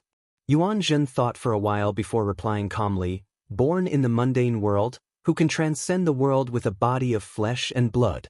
Right now, the ones with the most hope to become the crown prince are naturally the first prince Wang Fei, the 8th prince Wang Feng, and the 13th prince Wang. The first prince is the oldest and is steady and polite. The imperial ancestral temple's patriarchs like to respect the older generation. This is his greatest reliance. The 8th prince, Wang Feng, had the most outstanding talent. Behind him was the Divine Sword Pavilion, and many rank 7 sects supported him. The 13th prince Wang Yi's mother was the current Empress Yan. He was doted on at a young age and was the favorite of Yan Huang. If Yan Huang could make its own decisions, it would definitely pass the throne to the 13th prince. A pity that it can't. As for the other princes, there is no lack of ambitious people. Unfortunately, their background and henchmen are a bit lacking. They can't compare to these 3 popular princes. Xiao Chen thought for a while before saying, based on what you said, barring any unexpected surprises, the next Yen Emperor will be one of these 3 princes. Yes, that is what the Hidden Spirit Temple thinks. The two chatted for a long time. After Yuan Zhen's introduction, Xiao Chen gained a new understanding of the Yenwu dynasty's royal court. The succession race has already reached the final stage of preparation. At that time, all the princes will be required to participate in it. They will enter the Yen Emperor's secret realm and accept the test passed down by the ancestors. The final victor will be the Yen Emperor's crown prince. Yuan Zhen thought for a long time before saying, it is best that you do not participate rashly. Every succession race involves the factions of the entire Great Thousand Realms. The Bushin Palace, the Profound Heaven Holy Land, and the Universe Origin sect will pay attention and even participate personally. The Hidden Spirit Temple has a rather special relationship with the royal court. It is not like the Universe Origin sect and the Profound Heaven Holy Land, which directly govern the dynasty. Hence, the Yenwu dynasty's succession race will attract the various factions to place their bets, attracting the attention of the entire martial epoch. Yuan Zhen's words implied that Xiao Chen was alone. It was not realistic for him to participate in the succession race. However, Xiao Chen smiled faintly and did not argue. He did not want to participate. However, the situation forced him to. He needed to understand. When Xiao Chen looked at the sky, it was already dark. The misty rain pavilion slowly turned lively. Xiao Chen stood up and said, "Let's go. It is time for us to keep our appointment." As Yuan Zhen left, he hid his entire head in his hood, lest someone recognize him. The Hidden Spirit Temple held a transcendent position in the Yenwu dynasty. It was even deified by the ordinary people. If Yuan Zhen were recognized, it would definitely cause a huge commotion in the entire Yenwu dynasty. A monk visiting a pleasure quarter, furthermore, an esteemed monk of the Hidden Spirit Temple. After leaving the Misty Rain Pavilion, Yuan Zhen felt much more relaxed. Being outside is still the best. Staying in here is really uncomfortable, Yuan Zhen sighed from the bottom of his heart as he let out a long breath. Xiao Chen could not bear to tell Yuan Zhen that they were going to the Smiling Daughter Pavilion, which was even more famous than the Misty Rain Pavilion. Yuan Zhen led the way without saying a word. Compared to Xiao Chen's silence, Yuan Zhen appeared more relaxed, showing an indistinct smile on his face. Xiao Chen would soon obtain the ethereal immortal palace key. It would be hard for him not to be happy. No matter how long the road was, it would come to an end eventually. The magnificent Smiling Daughter Pavilion, which was brightly lit in the night, looked like a resplendent pearl. The Smiling Daughter Pavilion occupied the most bustling place in the imperial capital Yen City, bustling with people and carriages. Benefactor Xiao, why did you stop? When Yuan Zhen saw a pleasure quarter, he turned somewhat nervous. His expression turned somewhat unsightly as he said, "Don't tell me that you are going to the Smiling Daughter Pavilion? Honestly speaking, that is the place." "Xiao Chen, you bastard! Are you trying to trick me again?" Yuan Zhen cursed with a somewhat distorted expression, feeling frustrated. No matter what schemes Xiao Chen had, given Yuan Zhen's self-restraint and cultivation, he rarely showed his emotions on his face. This was especially so when he was angry. But this time around, he couldn't help but curse out loud. "Alright, it's my fault for not being clear. Wait here for a while. After I come out, I will hand the ethereal immortal palace key to you." Seeing Yuan Zhen's expression, Xiao Chen thought for a while. This was indeed making things difficult for Yuan Zhen. Forcing a monk to enter a pleasure quarter with him was somewhat inexcusable. May Buddha! May Buddha! I have sinned! I have sinned! To think that I violated the precepts of anger. My Buddha nature! Yuan Zhen chanted a few times. When he saw that Xiao Chen was about to leave, he struggled for a moment before calling out to stop Xiao Chen. "Wait, I'll accompany you in. However, I have to make this clear first. I will not help you with anything. I will just accompany you in. You cannot ask me to do anything." When Xiao Chen heard that, he smiled and said, "That's easy. You are in charge. Let's go then."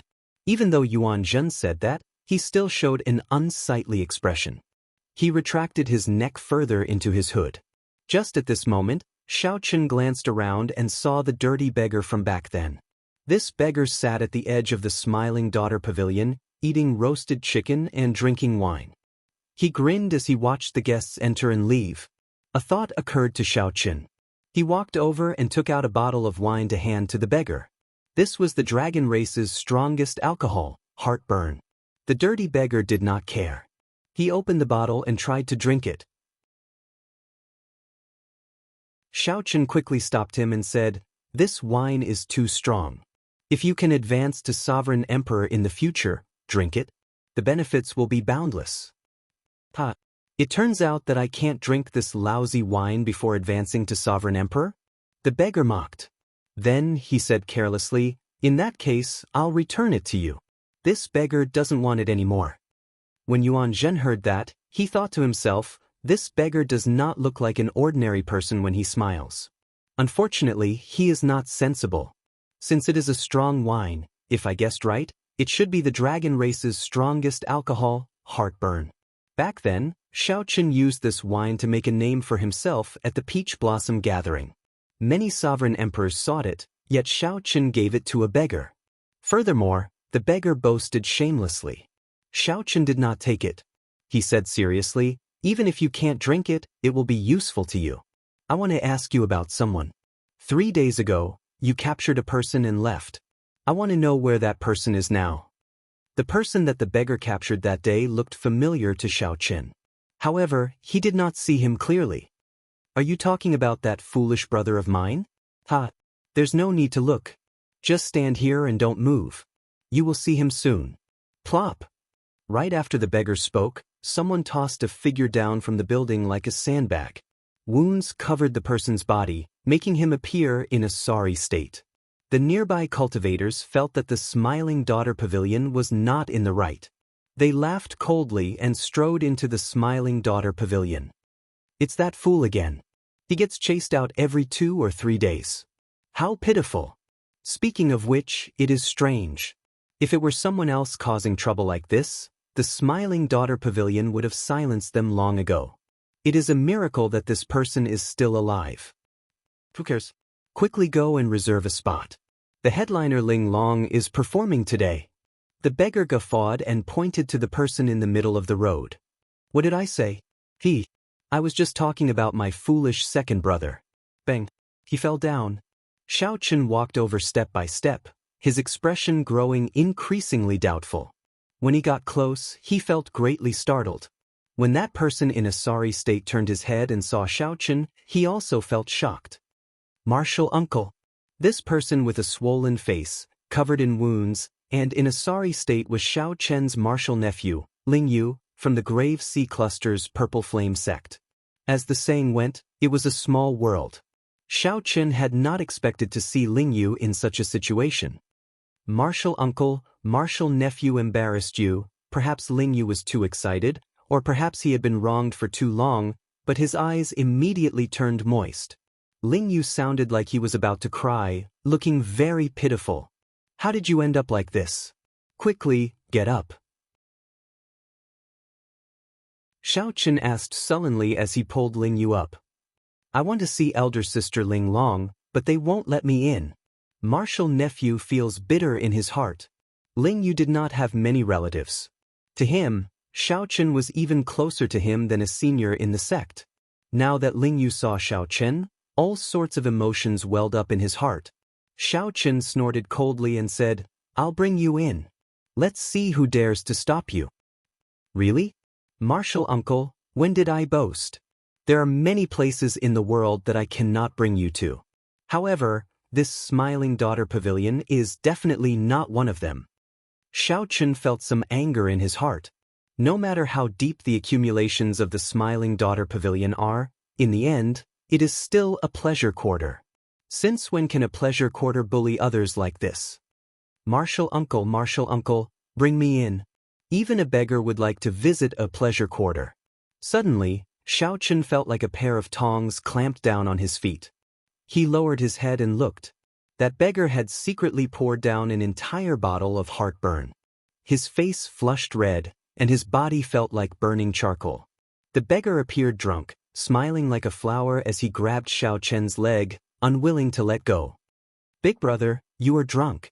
"This is my martial uncle," Ling Yu quickly corrected when he saw the situation. Not drunk. I'm your big brother, so your martial uncle is my martial uncle. The seniority is not messed up. Martial uncle, bring me in. Even a beggar would like to visit a pleasure quarter." "Ha!" Xiao Chen felt a headache coming on. He looked at Ling Yu and asked, "How did you get to know this beggar?" "Martial uncle, he saved my life once. Then he insisted that I acknowledge him as my big brother. Since then, he has been following me," Ling Yu explained as simply as he could. "Never mind. Since he saved Ling Yu's life before, there is no need to dwell on the other party's rudeness. Yuan Zhen, help him up. Let's go in together." Yuan Zhen looked regretfully at the empty bottle in the beggar's hand. A bottle of heartburn was gone, just like that. "Brat, you have been sneakily eyeing my wine. Are you trying to steal my wine? Never mind. This beggar will treat you to a drink." After Yuan Zhen helped the beggar up, he suddenly poured the bottle of wine into Yuan Zhen's mouth. Yuan Zhen immediately panicked, feeling somewhat at a loss. "Why did I not react? I really drank. I broke the precepts again. Hey, why is it so smooth?" The beggar said, finding it strange when he saw the mysterious phenomenon under the hood. Taking advantage of Yuan Zhen's dazed state, he extended his hand. Then he chuckled, "Hee. It really is a bald head. Ha! This beggar understands now. You are a flirtatious monk. Ha! A flirtatious monk. A flirtatious monk wants to visit a pleasure quarter. Everyone quickly come and take a look." Fortunately, the beggar was already drunk, so his words were unclear.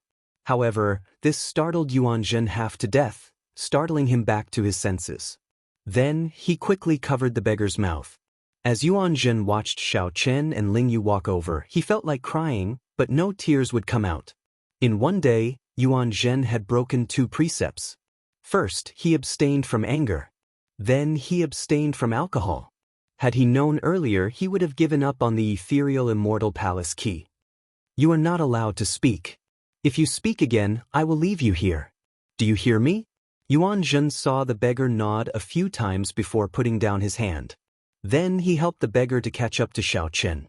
The beggar was very drunk, smiling continuously. Although he did not say that he was a flirtatious monk, he occasionally reached out to touch Yuan Zhen's bald head. A monk who wanted to cry but had no tears, a drunken beggar, a wronged, infatuated woman, and Xiao Chen. This was a combination that the Misty Rain Pavilion's master could not imagine.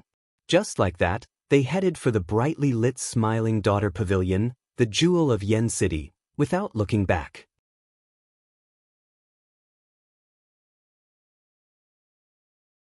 Chapter 2235. A beggar, a monk, an infatuated man, and Xiao Chen. No matter how one looked at it, this group of people looked strange. However, they just walked into the Smiling Daughter Pavilion. The guards at the door seemed to have heard the commotion. They took a look but did not do anything. This made the people watching feel amazed. Since when could beggars strut into the Smiling Daughter Pavilion? Ling Yu felt somewhat weak. He had been beaten up quite miserably recently. He did not dare to believe that he could really go in. "Martial uncle, can we really go in?" Before Xiao Chen answered, more than 100 pretty girls walked out of the door. They stood in a straight line and said in unison, "Welcome, young Master Xiao, to the Smiling Daughter Pavilion as a guest." An absolute beauty walked out from behind the row of girls. She wore a green dress and a jade hairpin in her hair. Her facial features were exquisite, and she exuded an extraordinary air. Headliner Qiu Yu. Headliner Qiu Yu, what is she doing? Is she going out to personally receive the guests? What a grand lineup. Even if a prince came, he would not be able to do so, right? Xiao Chen looked at the green-dressed beauty. The other party walked over gracefully and bowed slightly. "Young Master Xiao, please come with me." The pavilion master has been waiting for a long time already. Please forgive me for not coming out to receive you. Chiu Yu spoke softly and smiled gently. The surrounding people easily fell head over heels for her, unable to extricate themselves. Young Master Xiao, please come with me. The pavilion master has been waiting for a long time already. Please forgive me for not coming out to receive you. Chiu Yu looked around and frowned slightly. A dirty beggar, a wretched hooded man, and a bruised fool. After a great struggle, Chiu Yu said, since you are young Master Zhao's friends, you are also friends of the Smiling Daughter Pavilion. After a great struggle, Chiu Yu said, since you are young Master Zhao's friends, you are also friends of the Smiling Daughter Pavilion. However, this person cannot enter. Headliner Chiu Yu said righteously as she pointed at Ling Yu. Why? Ling Yu immediately felt unconvinced. He shouted, why can't I enter? Chiu Yu wanted to say something but stopped. It seemed like there was something she was hiding. She sighed softly and said, I am doing this for your own good. This is not my intention either. It is Sister Linglong's intention. Ling Yu said somewhat dispiritedly, I don't believe it. I don't believe that this is elder sister Linglong's intention. Let me meet Linglong. I want her to tell me personally. Let him in. At this moment, a voice came from inside the building. Chiu Yu nodded slowly. Please come in, young Master Xiao. After stepping over the threshold, Xiao Chen entered the Smiling Daughter Pavilion. Like the Misty Rain Pavilion, it was a completely different world inside. From the outside, it looked like a magnificent building, but in reality, it was a small world with mountains, rivers, and vast white clouds. Above the white clouds, palaces and pavilions could be vaguely seen. It was like a fairyland. Pavilions stood in great numbers in all four directions, and guests filled the place. There should have been many esteemed guests gathered in the mountains and rivers, but today, there was only one table. The other guests could only gather in the pavilion and watch the performance. With headliner Chiu Yu leading the way, Xiao Chen's group of 4 walked through the forest and arrived at the banquet in the mountains and rivers. Along the way, Xiao Chen discovered many experts hidden in the forest. The banquet was already filled with people. When Xiao Chen looked around, he discovered many familiar faces. The association chiefs of the Heavenly Alliance's 10 subordinate merchant associations were all present. However, this was different from the previous time. This time, they had outsiders accompanying them. If Xiao Chen guessed right, they should be the upper echelon of the dynasty's ancient noble clans. Lord Xiao, Wei Fatso and the other 2, who had already signed a new contract with Xiao Chen, stood up and saluted Xiao Chen with somewhat embarrassed expressions. As for the other merchant associations, they only glanced at Xiao Chen and ignored him, showing some hostility in their eyes. Xiao Chen nodded slightly and gestured for the 3 to take a seat. There was indeed a reason for this banquet. After Xiao Chen's group of 4 sat down, a group of people immediately walked over from behind. The one in the lead was a woman with a veil covering her face. Beside her were 3 men with dignified appearances, an oppressive noble aura, and a vast imperial aura. These people were of different ages, but their noble auras and imperial might were exactly the same. These 3 people were princes. Xiao Chen thought to himself, this banquet seems to be much grander than I imagined. 3 princes are here at the same time. All the noble clans of the imperial capital are here. What are they doing? While Xiao Chen felt uncertain, he felt a gaze that did not hide its murderous intent. Xiao Chen looked in the direction of the gaze. The owner of the gaze stood beside a prince. This person's expression was very similar to Monarch Yu's. Monarch Yun, what a fellow! The Smiling Daughter Pavilion gathered all the enemies that I offended. Greetings, First Prince, 8th Prince, 13th Prince, and Pavilion Master Yang. The association chiefs and noble clan elders at the banquet all stood up and bowed respectfully. Everyone, there is no need to be so polite today. This is Pavilion Master Yang's home turf. We are not princes or guests. The true honored guest is the Heavenly Alliance's envoy inspector, Xiao Chen, Lord Xiao. The prince close to the veiled woman said with a smile as he pointed at Xiao Chen. Ah. First Prince is right. If not for knowing that young Master Xiao would be coming, this old man would not have come to the Smiling Daughter Pavilion tonight. The bountiful treasure pavilion's Lu Zhang stood up and echoed the first prince's words, smiling sinisterly. That's right. Young Master Xiao is the honored guest today. Even if all of us add up, we cannot compare to Lord Xiao. The Golden Essence Merchant Association's Jin Bao said half jokingly and half seriously as he held up his wine cup. Martial uncle, something seems wrong. Ling Yu sent a voice projection as he looked at the group of ferocious people smiling like hungry wolves at the banquet. Ling Yu noticed that everyone at the table gave off an extremely strong aura. Sovereign Emperor experts followed them. When Ling Yu looked around, he noticed that there seemed to be even more experts hidden in the shadows. Without anyone noticing, they had already blocked off all paths. The seemingly spacious forest garden had actually been sealed into a cage. The more problematic thing was that aside from Fatso and the other two, everyone else at the table looked at Xiao Chen with superficial smiles. They all put on fake smiles as they stared at Xiao Chen, looking like they had him in the bag. This made him feel flustered. Calm down. Xiao Chen sent a voice projection.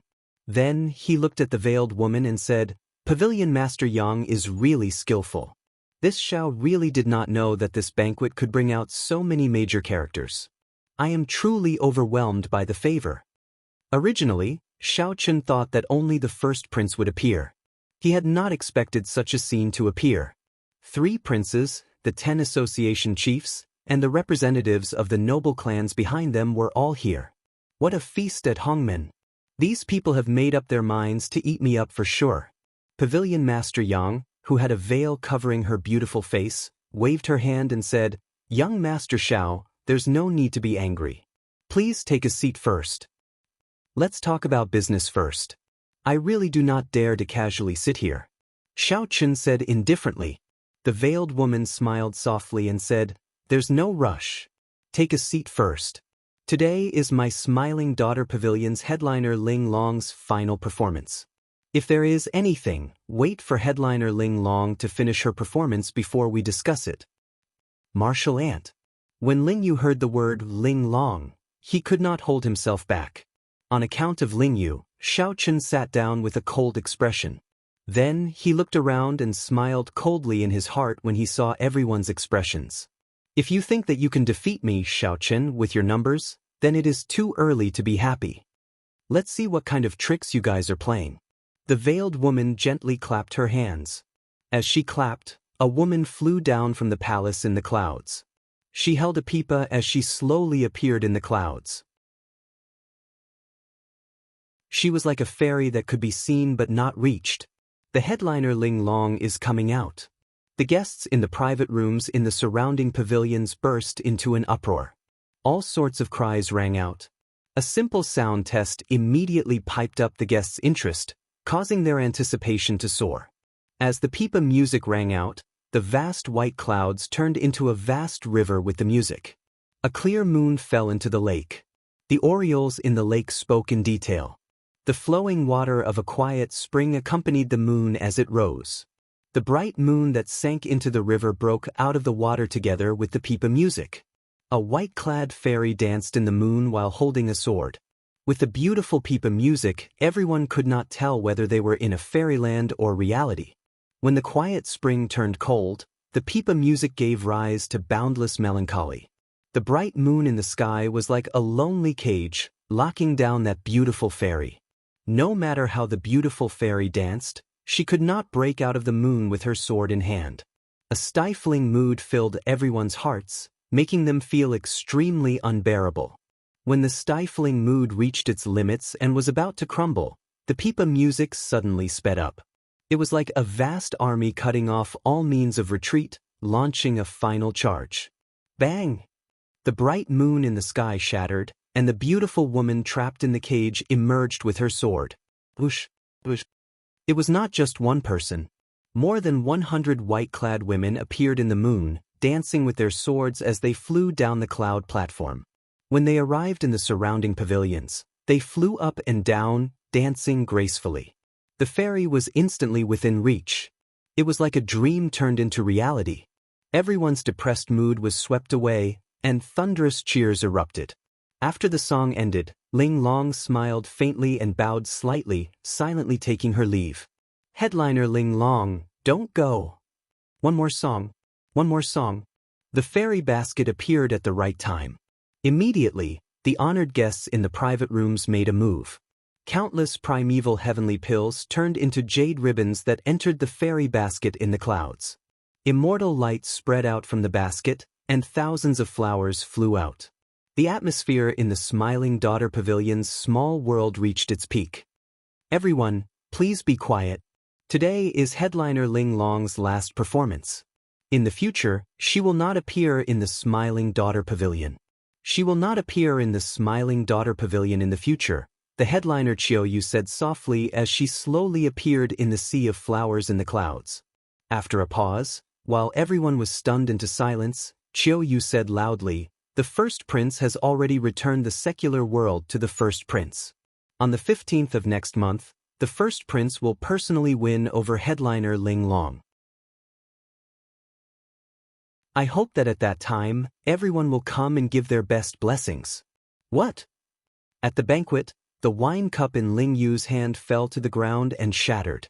Ling Yu appeared confused as if he suffered a bolt from the blue. He appeared stunned on the spot.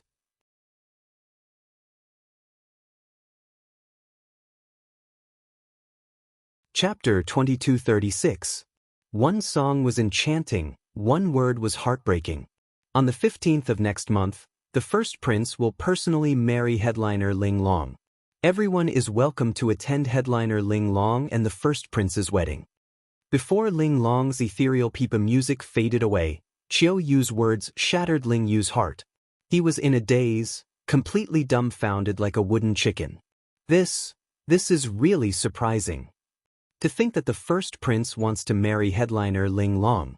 Although the Smiling Daughter Pavilion's headliners sell their skills and not their bodies, they are still women of the pleasure quarters. Is it really appropriate for him to make such a big fuss about marrying a headliner? If she were just a concubine, there should be no problem. However, since there is a wedding, she is clearly a match. However, this is good. The brothel's headliner marrying a prince is the best ending. Right? We should still give headliner Ling Long our blessings. However, it will be hard on us, the bosom friends. It will be difficult for us to come and listen to headliner Ling Long's pipa in the future. The guests in the pavilions discussed among themselves. Their voices were filled with astonishment.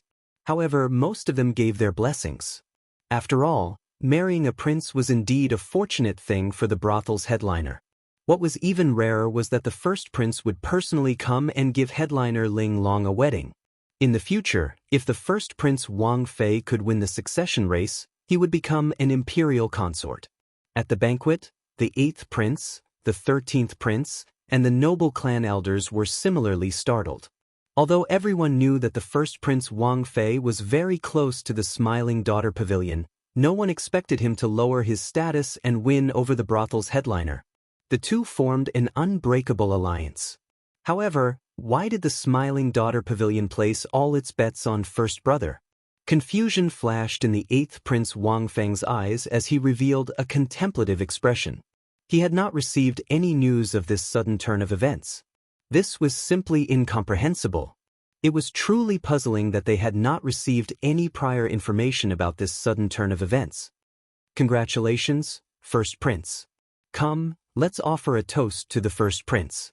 The bountiful treasure pavilion's Lu Zhang took the lead, raising his wine cup to toast the first prince with joy on his face. The others stood up as well. Although they all showed different expressions, they still had to put on a show no matter what. The others stood up as well. Although they showed different expressions, they still had to put on a show. Only Xiao Chen and the other three didn't get up, which made them stand out. Xiao Chen could not be bothered to pretend. Ling Yu was still in a daze. Yuan Zhen was afraid that others would see his bald head. The filthy beggar uncle was drunk, sleeping soundly on the table. You're too polite. When the time comes, I hope everyone will do me the honor of attending my wedding. The eldest prince and the veiled woman raised their wine glasses and returned the toast. When the group of people finished their drinks, their gazes all fell on Xiao Chen. Although the sudden announcement of the wedding was shocking, it was ultimately just an interlude. The elders of the Yenwu dynasty's 4 ancient noble clans, the 3 princes, and the Smiling Daughter Pavilion's pavilion master gathered together. With so many big shots here, it was clear that it was not just a simple meal and a drink. Young Master Xiaoqun, you seem to be somewhat dissatisfied with this prince's wedding, the first Prince Wang Fei said with a faint smile as he looked at Xiaoqun. Xiaoqun mocked, "How could I dare?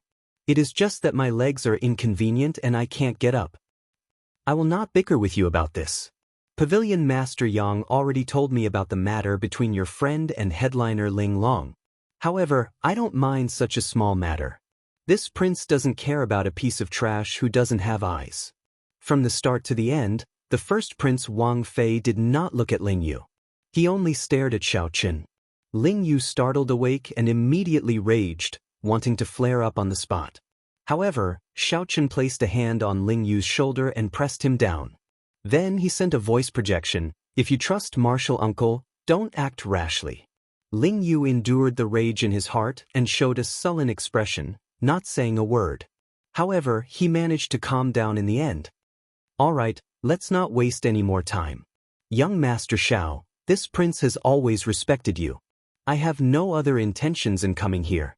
Return the Heavenly Essence Merchant Association's withdrawal statement and remove the ban on supplies. This prince will definitely not be your enemy. I will also send you a big gift another day." The 8th Prince Wang Feng felt somewhat frustrated by his first brother's alliance with the Smiling Daughter Pavilion. He threw the wine glass on the table and said slowly. At the side, the Heavenly Essence Merchant Association's association chief performed a cupped fist salute and said, "Lord Xiao, this old man was muddle-headed back then. That's why I announced my withdrawal. Please do not take offense." The younger 13th Prince, Wang Yi, raised his eyebrows as he looked at Xiaoqun. He said, "I do not have time to waste here. I will only say one thing. Quickly restore the Heavenly Essence Merchant Association's supply."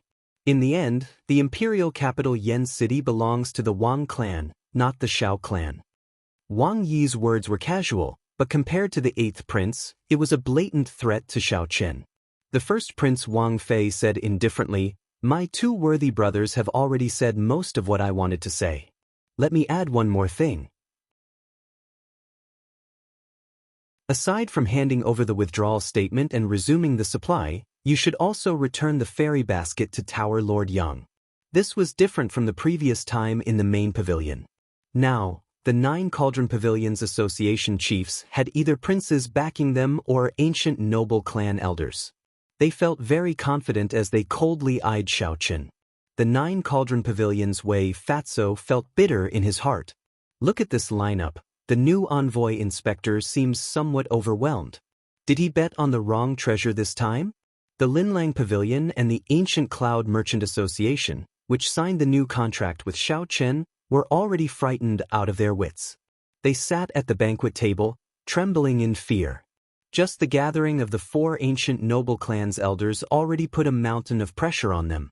What more the 3 princes? Unexpectedly, this matter would blow up to such an extent, forcing the 3 strongest princes of the dynasty to work together.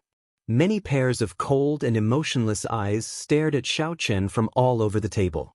Many figures of sovereign emperors appeared in the dark. As their figures flickered, they heavily locked down the surrounding space. "Tower Lord Yang, this Xiao has experienced today's matter," Xiaoqun said coldly as a murderous intent flashed in his eyes as he looked at the veiled woman. To think that she set a trap for him. Xiaoqun had never expected such murderous intent at the Smiling Daughter Pavilion's banquet. The veiled woman said calmly, "Don't blame me for being too ruthless. Blame yourself for being too ruthless. Today, everyone is not here to negotiate with you. If you are tactful, perhaps we will leave you some face and let you walk out of the Smiling Daughter Pavilion with dignity." The Bountiful Treasure Pavilion's Lu Zhang smiled maliciously. "I rather look forward to young Master Xiao doing something extraordinary. Duke Yun, you are thinking the same thing, right?" Ha! As Lu Zhang spoke, he looked at Duke Yun, who was behind the 8th prince, and mocked him. Everyone here knew that Duke Yun's son died miserably at Xiaoqun's hands. If Xiao Qun did not know what was good for him, the happiest person today would be Duke Yun. Duke Yun glanced at Lu Zhang indifferently and ignored him. The two were on different sides, so there was no need to say anything. Furthermore, the eighth prince had already expressed his stance. Most of the people here had the same attitude toward Xiao Qun. As long as Xiao Qun took a step back and handed over the declaration of withdrawing from the Heavenly Alliance, they would not do anything to him. Duke Yun knew very well that he would not do anything to him. His own thoughts were not important. If Xiao Qun really did not know what was good for him, although there was not much hope, it was a rare opportunity. As Xiao Qun looked at this group of people, it seemed like they had him in the bag. Even Lu Zhang, who nearly peed his pants in fright, started to tease Xiao Qun. Xiao Qun quickly thought to himself. The three princes each had a four-vein sovereign emperor guard. The elders of the four ancient noble clans were also four-vein sovereign emperors. Just this banquet table alone had 7 four-vein sovereign emperors. There were also 10-odd small perfection sovereign emperors from the Smiling Daughter Pavilion, appearing indistinctly and sealing off all paths of retreat. With such a lineup, the Smiling Daughter Pavilion left no way out. No wonder the veiled woman said that she didn't want to discuss anything with Xiao Qun, but that he didn't have a choice. Xiao Qun also neglected one point. Right now, the guests from all directions still did not know what had happened at the main table between the mountains and rivers. Given the Smiling Daughter Pavilion's rallying power, the Smiling Daughter Pavilion would not be able to find out about it. It would not be difficult for these guests to join in, surround, and attack Xiao Qun. The first Prince Wang Fei looked at Xiao Qun and said indifferently, "Young Master Zhao's boldness is truly admirable. To be able to remain calm in such a situation, you are indeed extraordinary. But even if you want to delay, it won't change anything. The three of us rarely work together, but once we do, there's nothing we can't do in the imperial capital. Today, you have no choice." The 8th prince and the 13th prince did not refute the first prince's words. With a hint of coldness, they looked at Xiao Qun coldly. They were already running out of patience. Xiao Qun said calmly, "Indeed, I have no choice." The moment Xiao Qun said that, the others rejoiced. In the end, this Xiao Qun was still tactful. He did not dare to fall out with the 3 princes and the 4 ancient noble clans. This was for the best. Everyone would be happy, and there would be no need to blow the matter up. "So, kill me." Without stopping, Xiao Qun said slowly, "If the 3 princes work together to kill this Xiao will definitely die. There is no doubt about that. However, have you thought it through? Have you thought about the price of killing me, Xiao Qun?" Right after Xiao Qun spoke, he smashed the table with his palm. Instantly, the entire table shattered and fell to the ground. Just at this moment, a lightning-attributed killing intent surged out of Xiao Qun's body together with a dragon roar. Xiao Qun's aura soared, instantly surpassing that of a 3-vein sovereign emperor and firmly suppressing the 4-vein sovereign emperors present. The alloy dragon armor was activated by the royal blue dragon bloodline.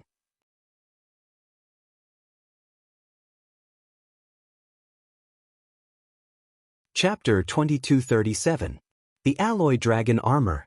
An ancient Thunder Dragon reverse scale, an ancient Thunder Dragon spine, 5 tons of Thunder Dragon true blood, and a strand of great desolate Aeon Dragon blood.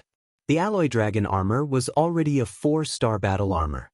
Furthermore, Master Ku Yun personally modified it, making it the most suitable battle armor for Xiao Qun in the world.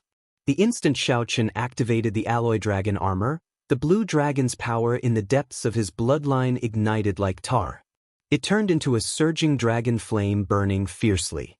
Accompanied by a dragon roar, an aura burst forth from his body. This aura shook the surroundings. Everyone in the Smiling Daughter Pavilion's vast mountain and river small world could feel the strength of this dragon might. The entire pavilion trembled slightly. A dragon image came out of each of the gloves, flickering with electric light as they wrapped around Xiao Qun's arms and spread throughout his body. When the dragon images merged, the alloy dragon armor's entire appearance appeared before the experts at the banquet, including the 3 princes. Deep purple dragon motifs adorned the silver alloy dragon armor. In the blink of an eye, It looked like two dragon images coiled around the alloy dragon armor.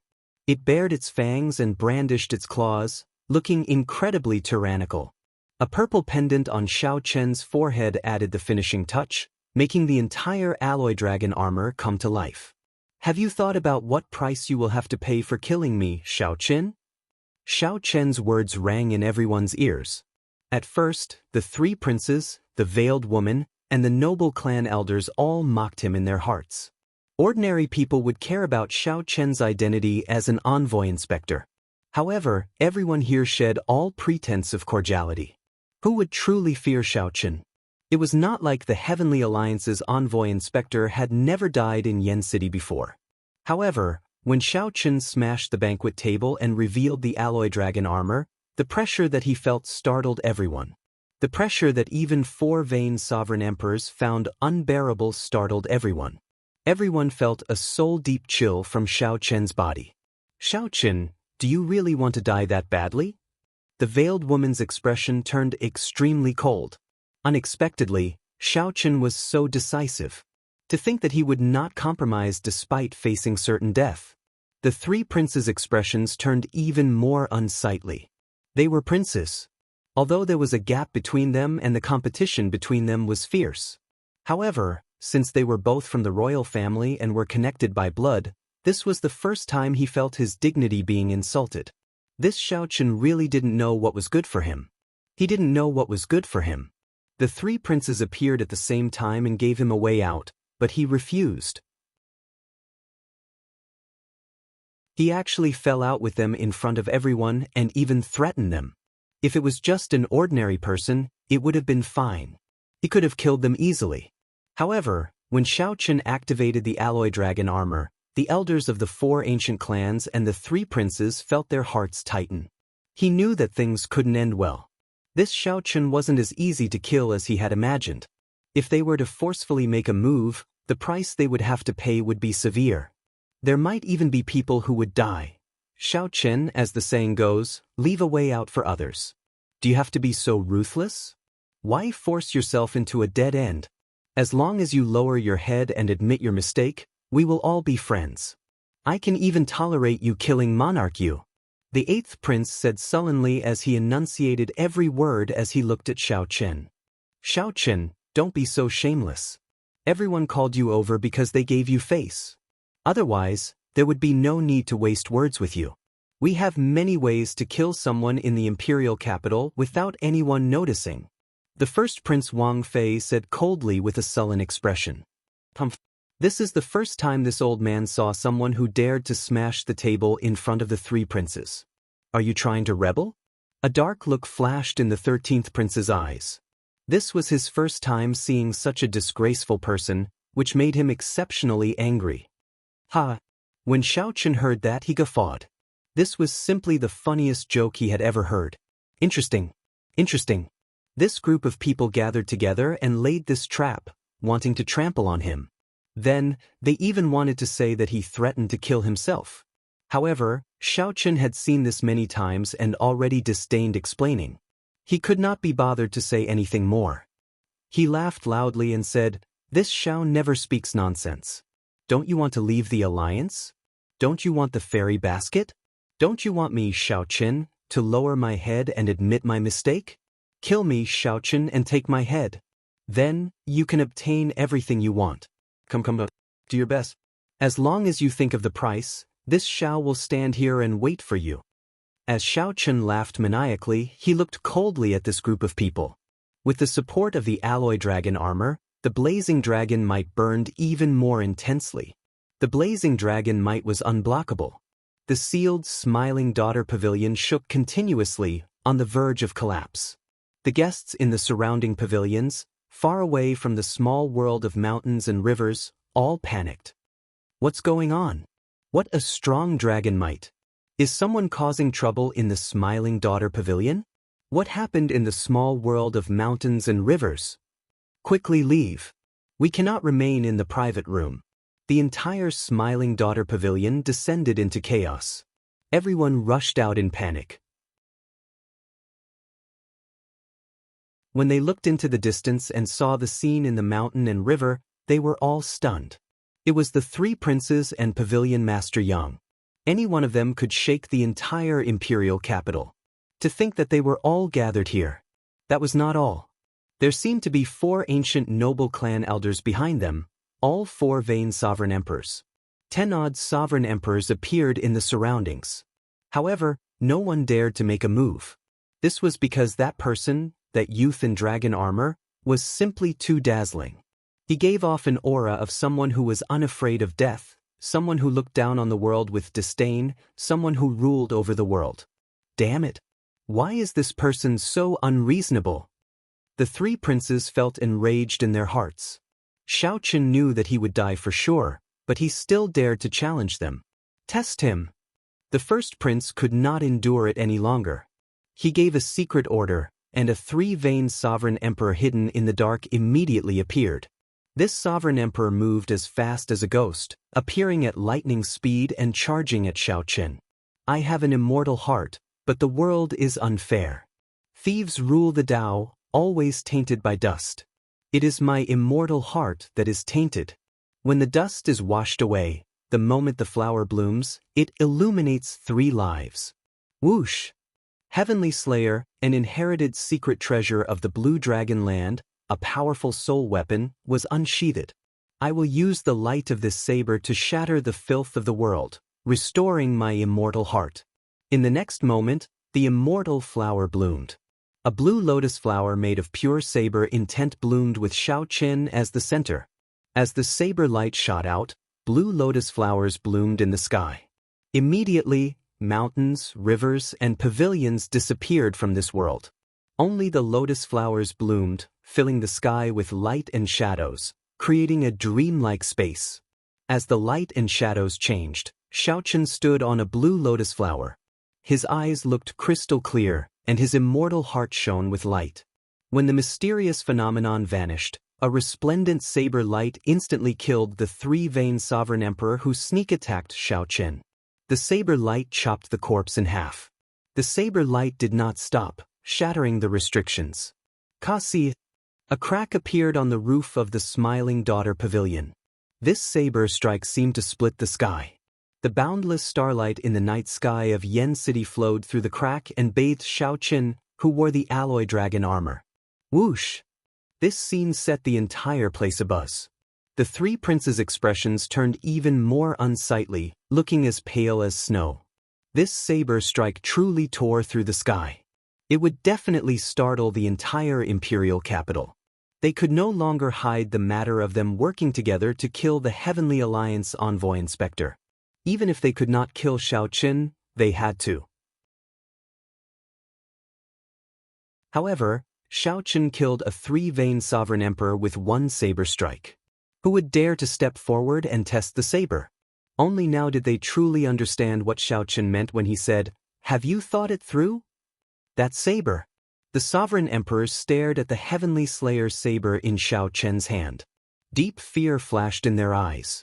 Blood dripped from the saber tip. As Xiao Qin looked at this group of people, he could not help feeling bored. This Xiao knows that I will die for sure. However, it seems like no one is willing to accept my head. Is there really no one among the 3 princes who dares to test the saber in my hand? Right after Xiao Qin spoke, he stepped forward, and the 3 princes moved back at the same time.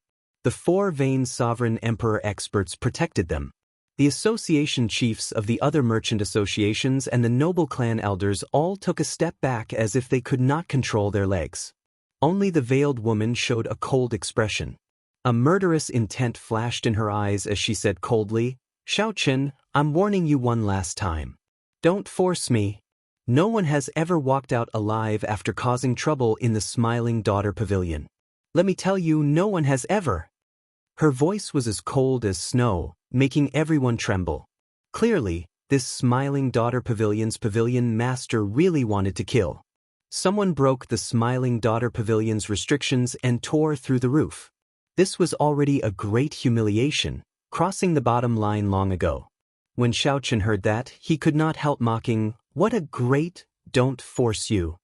I, Xiao Qin, do not consider myself a good person. I have killed countless people in my life. However, the number of women that died at my hands could be counted on one hand. Tell me, how did I, Xiao Qin, force you today? Who was the one who purposely set this up and lured me here? Who was the one who mercilessly told me that there was no room for negotiation today? Who was the one who said that I, Xiao Qin, would lose face if I did not lower my head and admit my mistakes? After Xiao Qin spoke, he pointed the heavenly slayer's saber in his hand at the veiled woman. A strong wind blew, and the cold light flowing on the saber dispersed with the wind, immediately illuminating many people's eyes. However, I, Xiao Qin, do not care about all that. I admit that I made a mistake in falling into your hands today. I have no intention of leaving at all. If you think of the price, just come and take my head. This smiling daughter pavilion definitely has a peak sovereign emperor guarding it. It also has a superior grade soul tool, the fairy basket. How could I, Xiao Qin, not know that? Just use it. There is no need to put on such a show. When the veiled woman saw the mocking smile on Xiao Qin's face, the mockery of him seeing through everything, she found it extremely unbearable, too ashamed to show her face. Not willing to look at him for another second, she shrieked, "Since you want to die, I'll grant your wish. Kill him. There is no way to resolve today's matter peacefully." The first prince said sullenly. A cold light flashed in his eyes. No one expected Xiao Qin to be so terrifying. He was just a one-vein sovereign emperor. With the help of the alloy dragon armor and the soul tool, Heavenly Slayer, he could even kill a three-vein sovereign emperor with one saber strike. If not for the smiling daughter pavilion, the first prince would not have been able to do anything to the other party. The other sovereign emperor experts released their bated breath. Since a peak sovereign emperor could make a move, that would be for the best. Peak sovereign emperors were peak experts that surpassed six-vein sovereign emperors. Compared to Xiao Qin, peak sovereign emperors could no longer be bridged with soul tools or secret treasures. Xiao Qin remained expressionless. He already held the Heavenly Alliance medallion, which could activate 4 strands of sword chi to severely injure a peak sovereign emperor. The black and white eggs in the divine universe still appeared eager. Even a peak sovereign emperor would have to be prepared to pay a price to kill Xiao Qin. At the same time, an extremely powerful aura quietly spread out. The moment this aura appeared, it was the instant this aura appeared, it felt unrivaled, like a mountain pressing down. Even breathing became extremely difficult. This was the might and pressure of a peak sovereign emperor. Under the suppression of cultivation, even the blood in the depths of one's bones seemed to freeze. Xiao Qin clenched his teeth as he held his saber, not saying a word. A stubborn look appeared in the depths of his eyes, preventing him from lowering his head. Plop. Just as the smiling daughter pavilion's peak sovereign emperor was about to make a move, a discordant, miserable cry rang out. It turned out to be Yuan Zhen, who saw that the situation was bad and quickly moved, trying to sneak away. The instant Yuan Zhen soared into the air, the drunken beggar flipped over in a daze and grabbed Yuan Zhen's black coat. Yuan Zhen fell to the ground with a plop. Even the hood of the black coat fell off. Yuan Zhen's shiny and eye-catching bald head immediately attracted everyone's attention. A flowery monk visiting a pleasure quarter. After visiting a woman, he still wants to run away? A flowery monk visiting a pleasure quarter. After visiting a woman, he still wants to run away? The beggar was a drunken mess. When he woke up, he looked at the black coat in his hand in a drunken stupor and guffawed loudly. There are ring scars on his head. He really is a monk. 12 ring scars. This is an esteemed monk of the Hidden Spirit Temple. Only a Hidden Spirit Temple disciple can light 12 ring scars on his head. What's going on? I recognize him. He is Yuan Zhen, the leader of the Hidden Spirit Temple's Yuan generation. He is the strongest true inheritor of the Hidden Spirit Temple, someone who can compete with the profound heavens Holy Sun and the universe origin Taoist Sun. Heavens! It really is Venerable Yuan Zhen.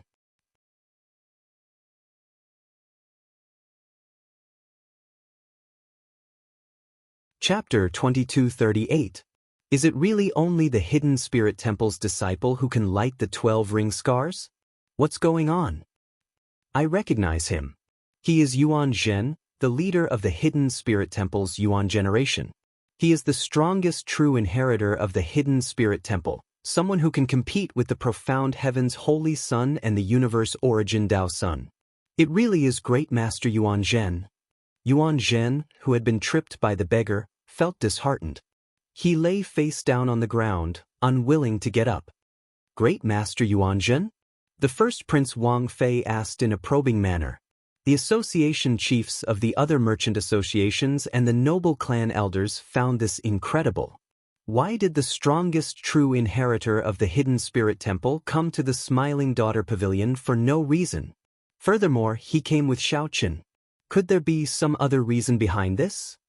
Princes, I trust you have been well since we last met. Now that Yuan Zhen had been recognized, he could not run even if he wanted to. He stood up with a bitter smile. When Yuan Zhen stood up and the three princes saw Yuan Zhen's face, they immediately felt stifled. Their final hope vanished. It really was Yuan Zhen. The three princes could not help feeling worried. The three princes looked at the crack in the pavilion's ceiling, then at Xiaoqin, who held Heavenly Slayer, and at the side, who did not know Yuan Zhen's attitude. The three princes immediately felt that killing this Xiaoqin was much more difficult than they had imagined. The instant Yuan Zhen was recognized, the peak sovereign emperor aura hovering above Xiaoqin's head vanished.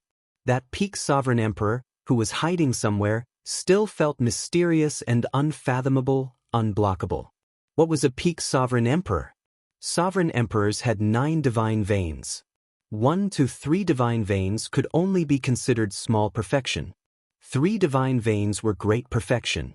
Only 6 divine veins were peak sovereign emperors. Divine vein realm sovereign emperors had 1 heaven per vein. It was extremely difficult to raise one's cultivation. Breaking through bottlenecks was even more difficult. Great perfection sovereign emperors were already extremely rare.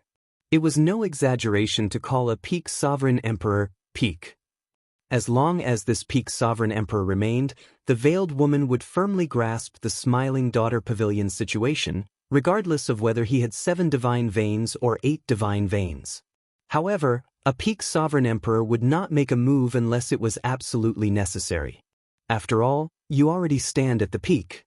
The consequences of casually killing the Heavenly Alliance's envoy inspector would be unbearable.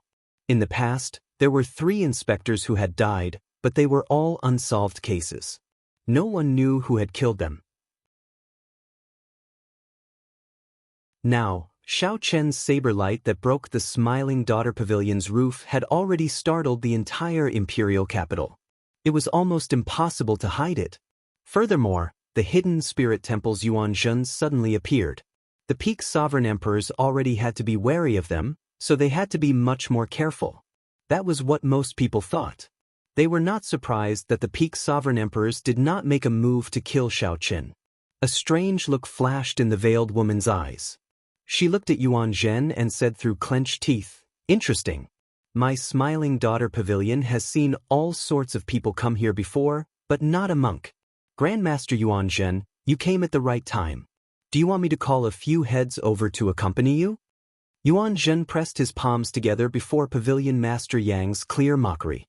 Then he smiled faintly and said, "My Zen heart is already stuck in the mud, no longer chasing the wild spring winds.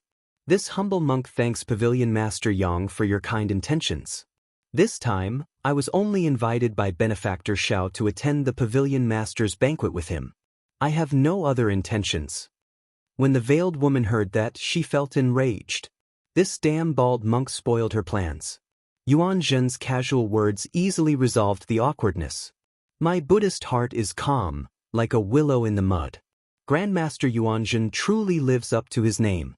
Just a casual chant from his mouth shows his Zen heart. However, Grandmaster Yuan Zhen is with Xiaoqin. Could it be that Xiaoqin has a deep connection to the Hidden Spirit Temple? Interesting. It looks like he might not die in this certain death situation. I have long heard of the Heavenly Alliance's Xiaoqin's fame. When he first arrived, he killed that arrogant and despotic monarch Yu.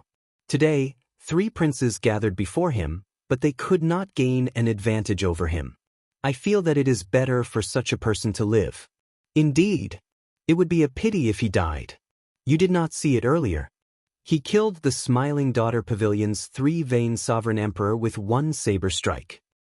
He mainly relied on that saber in his hand, right? Even if I gave you that saber, would you be able to do it? The originally certain death situation suddenly turned around after the beggar pulled off Yuan Zhen's hood. Yuan Zhen was very strong, but he could not turn the situation around. However, he had the hidden spirit temple behind him. Everyone had to reconsider. A light flickered in the 8th Prince Wang Feng's eyes. He was an intelligent person, an outstanding talent of the royal clan. Xiao Chen's earlier performance already made him feel threatened. He would either use such a person or kill him early. Even if he did not kill Xiao Chen, he could not make him an enemy. However, he had already thoroughly offended this person today. Even if Yuan Zhen was here, he would still kill him if he could. Venerable Yuan Zhen, it has been a long time since we last met. Allow me to ask, what is your relationship with Benefactor Xiao? The 8th Prince Wang Feng felt that the relationship between Yuan Zhen and Xiao Chen might not be as solid as iron. This was somewhat strange. Earlier, Yuan Zhen wanted to run. In the end, that drunken beggar tripped him, forcing him to stay. Yuan Zhen smiled faintly and said, I have no relationship with Benefactor Xiao. However, Benefactor Xiao has a deep connection to my Buddhist sect. He has the highest gift of the Buddhist sect, a page of the golden letter personally drawn by the Kasyapa Buddha. As long as he shows this page, the Buddhist sect monks will have to help him. What a joke! How can I have a relationship with this fellow? Yuan Zhen, who suffered terribly at Xiao Chen's hands, hoped that Xiao Chen would die here today. Since Yuan Zhen met Xiao Chen, he had always been tricked. Fortunately, Yuan Zhen was smart today. Otherwise, his reputation would be ruined here. However, if Xiao Chen was willing to show the golden letter, Yuan Zhen would not mind helping Xiao Chen resolve this calamity. After all, taking back the golden letter gift would be very beneficial to Yuan Zhen. Golden letter gift? Will young Master Xiao please show it? If you really have the Buddhist sect's golden letter, this prince will turn and leave immediately, not staying. When the 8th prince heard that, he could not help feeling slightly stunned. He might not be able to take care of Xiao Chen today. Xiao Chen entered deep thought. If I can really show the golden letter and resolve this calamity, it might be possible. Boom! However, just when everyone thought that Xiao Chen would show the golden letter, something strange happened. Suddenly, a sword light appeared on the roof of the Smiling Daughter Pavilion. This sword light was as resplendent as the sun. Xiao Chen's expression immediately changed. Before the sword chi arrived, cracks already appeared in his Dao domain. The person who arrived was an expert. This expert was at least a 5-vein sovereign emperor. Xiao Chen had been keeping his guard up against that mysterious peak sovereign emperor. Unexpectedly, there was such an expert hidden. By the time Xiao Chen discovered this, it was already too late. This sword strike could not be dodged. Such a change happened in the blink of an eye, causing everyone to be shocked. Those with discerning eyes could tell that this sword strike had stored up power for a long time. Its might was so great that even a 4-vein sovereign emperor might not be able to block it. Xiao Chen was in danger. What is a fiend? Idle clouds and wild cranes are impermanent. The lush mountains and clear waters asked the monarch's heart. A saber light appeared, and a figure seemed to leap out of a painting of the lush mountains and clear waters. Kasi. The saber light broke the sword light and knocked back the mysterious, black-clad person. Pu Si. The black-clad person who attacked grunted as he got knocked back. Xiao Chen looked carefully and saw that the person was fiendish saber Shi Mu's disciple, Lu Benwei. He could not help exclaiming joyfully, "Big brother Lu, why are you here?" Lu Benwei landed and smiled. When Master found out that you came to the Yanwu dynasty, he was very worried. So, I took the initiative to ask for permission to come. The moment you set foot in the Yanwu dynasty, I followed. Who is fiendish saber Shi Mu to you? The mysterious, black-clad person shouted as he looked at Lu Benwei. Lu Benwei smiled faintly and replied, "This untalented one is my master. You should be the Divine Sword Pavilion's supreme elder, right?" What a great grandmaster-level martial sage of a righteous sect. To think that you are so shameless. The eighth prince's expression changed, anger flashing in his eyes as he turned his head to look at Duke Yun. Duke Yun lowered his head, not saying anything. However, his eyes filled with pity. Senior Dao Yen actually failed. It is none of your business who I am. Xiao Chen, I'll take your head another day. After the black-clad person's identity was exposed, he did not want to linger, so he turned and left. Lu Benwei wanted to give chase, but Xiao Chen stopped him. Let him go. Eighth Prince, do you still want me to show the golden letter? The eighth prince's supporters were the sects and factions in the Yanwu dynasty, with the Divine Sword Pavilion at the forefront. Xiao Chen's question countered the other party. The eighth prince's face trembled slightly, feeling extremely embarrassed. It was one thing for the eighth prince to sneak attack, but he had not succeeded. To think that he still hadn't succeeded. If he continued to stay here, he would really have no place to hide his face. However, the eighth prince could not swallow this frustration if he just left like that. Cut the crap. Quickly take out the golden letter. We still do not know whether it is real or fake. Wang Feng said sullenly, a dark look flashing in his eyes. The eighth prince was shedding all pretense of cordiality. Is that so? In that case, there is no need for me to take out the golden letter. With a thought from Xiao Chen, the black and white eggs leaped out of the divine universe steel. Boom! The black and white eggs figures flashed, and they stood on either side of Xiao Chen.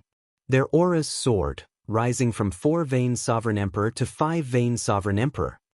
Anyone who wants to kill Egg will have to ask us, the black and white eggs, for permission first. The two used Xiao Chen's strength as a benchmark, then adjusted their own strength.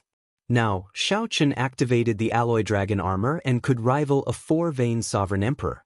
According to the rules that their master left, the alloy dragon armor could advance to 5-vein sovereign emperor without any difficulty.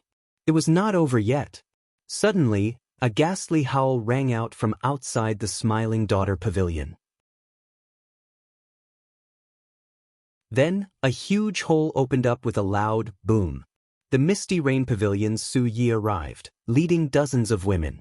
Zither, pipa, flutes, ancient bells, and dozens of other ancient musical instruments played at the same time. Under the majestic and elegant music, a group of unparalleled beauties descended under Su Ye's lead. Su Yi hugged her zither as she stood beside Xiao Chen. Then, she looked at the veiled woman and smiled. Little bitch, you laid a good trap. However, it is not that simple to kill my Heavenly Alliance's envoy inspector. Su Yi was indeed not simple. At the very least, no one dared to be careless when they saw the group of women behind Su Yi. The veiled woman seemed to have an old grudge with Su Yi. When she saw Su Yi, she was even angrier than when she saw Xiao Chen. She shouted, Su Yi! To think that you came to my Smiling Daughter Pavilion to mock us. You are seeking death. Where are the Azure Lotus Fairies? Coming like thunder, withdrawing in rage. Leaving like the clear light of the river and sea. Flowers fill the hall, intoxicating 3,000 guests. One cold sword light 14 provinces. A bright moon slowly rose above the Misty Rain Pavilion. The bright moon hung high in the sky. A group of white-clad women arrived together with the Pleasure Quarter Alliance's inherited soul tool, the Fairy Girl Basket. 10,000 flowers bloomed, 1,000 shades of purple and red. The white-clad women held swords, looking like fairies descending from the moon. Why is there such a huge commotion?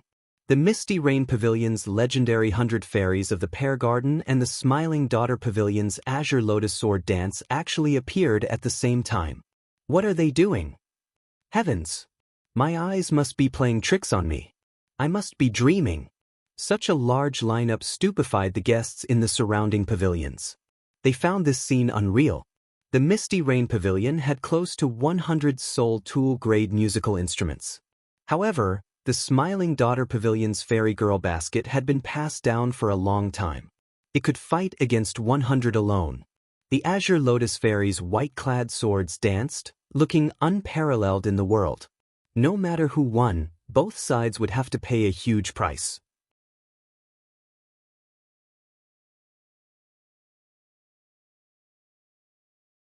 Chapter 2239.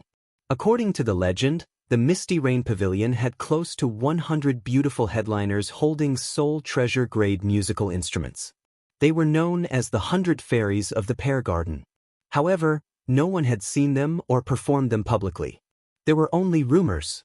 Everyone knew that the Smiling Daughter Pavilion was founded by the Azure Lotus Fairy. She was also known as the Azure Lotus Sword Immortal. Since the establishment of the Smiling Daughter Pavilion, there had been an unparalleled sword dance passed down. However, the Azure Lotus Sword Immortal's consummate skill, the Azure Lotus Sword Dance, rarely appeared. This was because this Azure Lotus Sword Dance required 100 talented women to perform it at the same time. Only then could it achieve the scene of an azure lotus blooming and breaking out of the moon. Today, these two legendary existences suddenly appeared and stood at loggerheads. This caught everyone off guard. To think that such a scene, which they had never imagined, would appear before them by chance. Although these two factions could tear down half of Yen City if they fought, many people felt that the commotion was not big enough. However, who knew how many people felt that it was not lively enough, hoping for a fight to break out? The atmosphere turned tense. It was like a fight would break out at a moment's notice. The black and white eggs protected Xiao Chen at his sides. Lu Benwei stood in front of him, a fiendish light flickering on the tip of his saber. The 100 fairies of the Pear Garden each held a soul treasure-grade musical instrument as they stood there. All of them were beautiful women with unparalleled grace. Yuan Zhen stood in the middle, and Ling Yu supported his drunkard beggar. They stood far away, frowning heavily. The lineup on the other side looked even more horrifying. The three princes gathered together, the elders of the 4 ancient noble clans, the many Smiling Daughter Pavilion's sovereign emperor guards, and a group of white-clad women descended with flowers.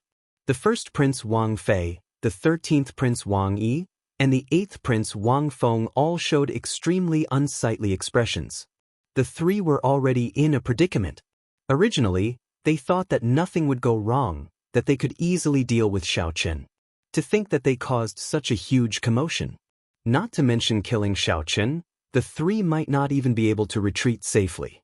Xiao Chen's saber strike startled the entire imperial capital, Yen City. It would definitely startle the Imperial Ancestral Temple's patriarchs. If the Imperial Ancestral Temple's patriarchs could not kill Xiao Chen before the Imperial Ancestral Temple's patriarchs arrived, this operation would suffer a great loss. At this moment, the veiled woman completely ignored Xiao Chen. She stared at Su Yi and said coldly, "A bunch of bitches. Get out of the Smile Pavilion now, or you'll have to bear the consequences." Su Yi sneered and said, "Bear the consequences? Go ahead and try. Let's see whose consequences will be more severe." After Su Ye's appearance, the situation, which was supposed to force Xiao Chen into a corner, turned into a confrontation between the two women. Yuan Zhen, who was the focus of everyone's attention earlier, was immediately ignored. The speed at which the situation changed was simply flabbergasting. The three princes exchanged glances with one another. They could feel the anxiety and impatience in each other's eyes. Su Ye's gaze met the veiled woman's. She could clearly feel the enmity between the two of them, as well as their unyielding auras. "Fine. Since you don't want to leave, then don't even think about leaving." The veiled woman's eyes were filled with killing intent as she coldly spoke. The 100 white-clothed women behind her pointed their swords forward at the same time. Ding. The 100 fairies of the Pear Garden scattered, holding flutes, jade flutes, pipas, all sorts of sounds rang out at the same time. A battle that was destined not to end peacefully started. The hundreds of soul tool instruments played at the same time. The fairy basket bloomed, and the white-clothed women danced with the swords. Boom! In just an instant, the Smiling Daughter Pavilion, which had stood for many years, shook. The shock waves spread out, shaking half of the imperial capital. The many powerful experts hidden in closed-door cultivation in the imperial capital all opened their eyes at the same time. Doubt flashed in their eyes as they looked at the Smiling Daughter Pavilion. However, when the two sides clashed, they were suppressed for only an instant. A sword fell through the cracked roof of the Smiling Daughter Pavilion, looking like a flaming star. When the sword landed and stabbed into the ground, the 100 fairies of the pear garden and the white-clothed women all moved back at the same time. Yen Imperial Sword. When the 3 princes saw this sword, their complexions instantly paled. Without much thought, they knelt on the ground with a plop. Only one person in the imperial capital Yen City could swing this sword, the current Yen Huang. This sword flew in from the imperial palace. Yen Huang did not show himself, but it felt like he was there in person. The flaming Yen Imperial sword trembled slightly, and a hazy sword intent spread out. Everyone in the entire Smiling Daughter Pavilion felt a huge pressure. They could not help wanting to prostrate and kneel. The might and pressure contained in the sword intent was not just the sword itself but the dynasty's accumulations. Plop, plop. More people knelt, not daring to raise their heads. Wanting to face this superior-grade soul tool containing the dynasty's luck in Yen City was simply too difficult. Even a sovereign emperor would find it hard to endure the dynasty's might and pressure. Whoosh, whoosh, whoosh. However, just as this sword intent was about to reach its peak and make everyone submit, it suddenly hummed and fell silent. Doubt flashed in the 3 princes' eyes at the same time. However, there was no time to think. A group of stern-looking old men appeared on the roof of the Smiling Daughter Pavilion. The leader had white hair and a white beard. His expression was solemn, and he exuded a vast imperial might that deterred others from looking at him directly. "Greetings, Imperial Ancestor," the princes said respectfully at the same time. This group of old men were the Imperial Ancestral Temple's patriarchs, who had arrived late. The leader was the Imperial Ancestral Temple's Imperial Ancestor, a royal court patriarch who was even more senior than Yen Huang. Humph! The Imperial Ancestral Temple's Imperial Ancestor snorted coldly and said, "Lock them up. The Imperial Ancestral Temple will whip them. None of you can escape." How embarrassing! Right after the Imperial Ancestral Temple's Imperial Ancestor spoke, he looked around and fixed his gaze on Xiao Qin. Then he walked over. "Lord Xiao, how do you intend to deal with this matter?" As the Imperial Ancestral Temple's Imperial Ancestor spoke, the group of patriarchs tied up the 3 princes with special chains. As soon as the chains wrapped around their bodies, electricity crackled, and the 3 princes let out blood-curdling screams. No matter what, Xiao Qin was the Heavenly Alliance's envoy inspector. He represented the Heavenly Alliance in the Yenwu dynasty. No matter how weak the Heavenly Alliance was in the imperial capital, Yen City, it was a bona fide superfaction. Its overall strength surpassed that of the Yenwu dynasty in the Great Thousand Realms. If they could kill Xiao Qin silently, it would not be a big deal. However, publicly killing the Heavenly Alliance's envoy inspector would be equivalent to slapping the Yenwu dynasty's face, placing the Yenwu dynasty in an extremely disadvantageous position. Hence, the moment the Imperial Ancestral Temple's patriarchs appeared, they immediately detained the 3 princes, not giving them any face at all. When the Imperial Ancestral Temple's patriarchs arrived before Xiao Qin, they were very polite. Although the Imperial Ancestral Temple's patriarchs were polite, they were very shrewd. The moment they spoke, they directly handed this matter to Xiao Qin to deal with. As long as Xiao Qin was willing to deal with it, this matter would not startle the Heavenly Alliance's headquarters, and it would not be a big deal. Xiao Qin's thoughts raced. He knew that the situation was now reversed. At the very least, that was how it looked on the surface. "It's fine. The 3 princes and I were just drinking and chatting. Our words were somewhat intense, that's all.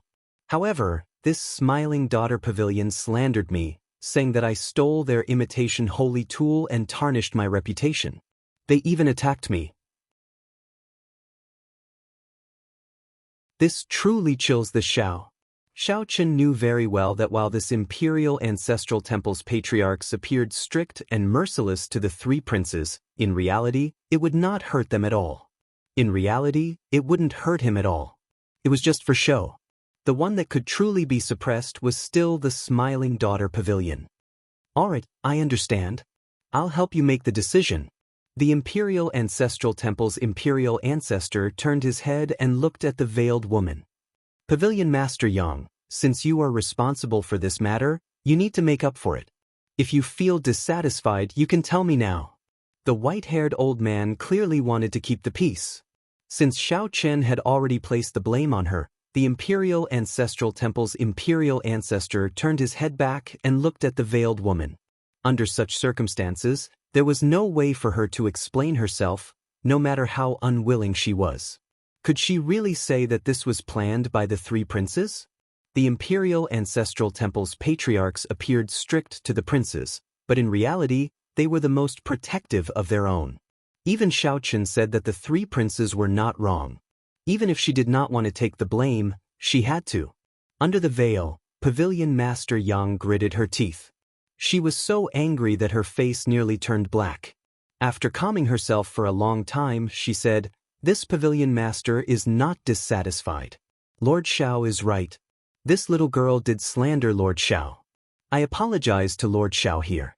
As for the shock that Lord Xiao suffered today, I am willing to compensate Lord Xiao with 30% of the Smiling Daughter Pavilion's monthly income."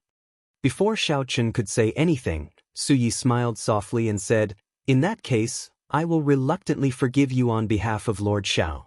Pavilion Master Yang, you have to pay attention to your mouth in the future." Ha! As Su Ye's bell-like laughter rang out, this storm finally came to an end. However, based on the veiled woman's gritted teeth, it was clear that this grudge would not end here.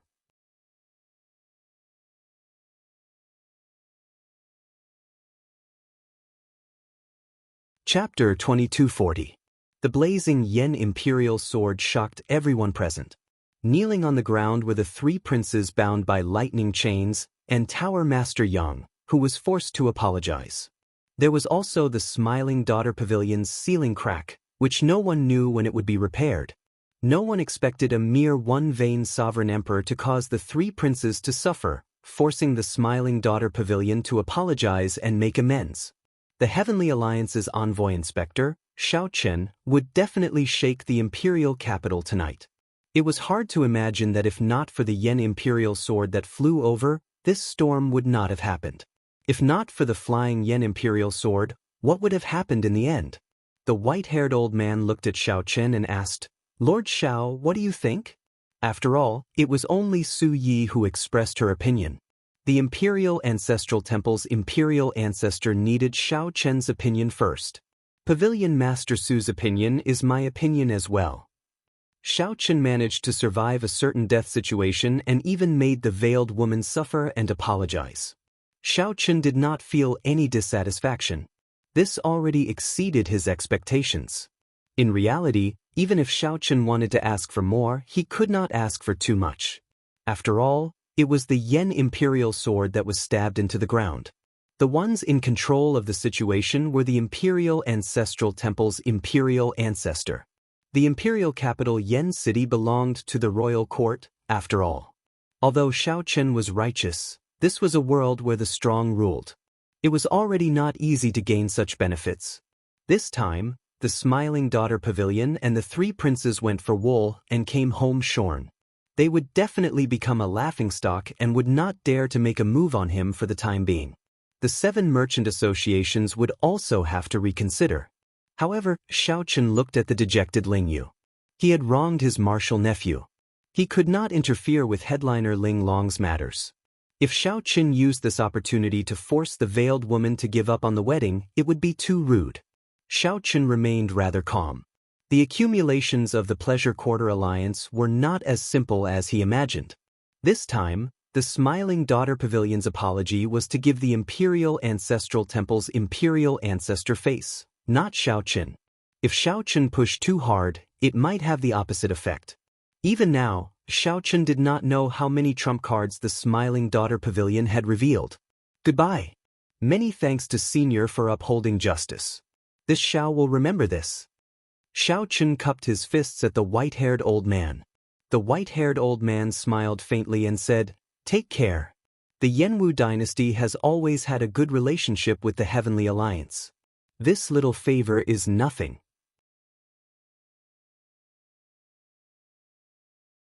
Xiao Chen's group left the Smiling Daughter Pavilion in a grandiose manner.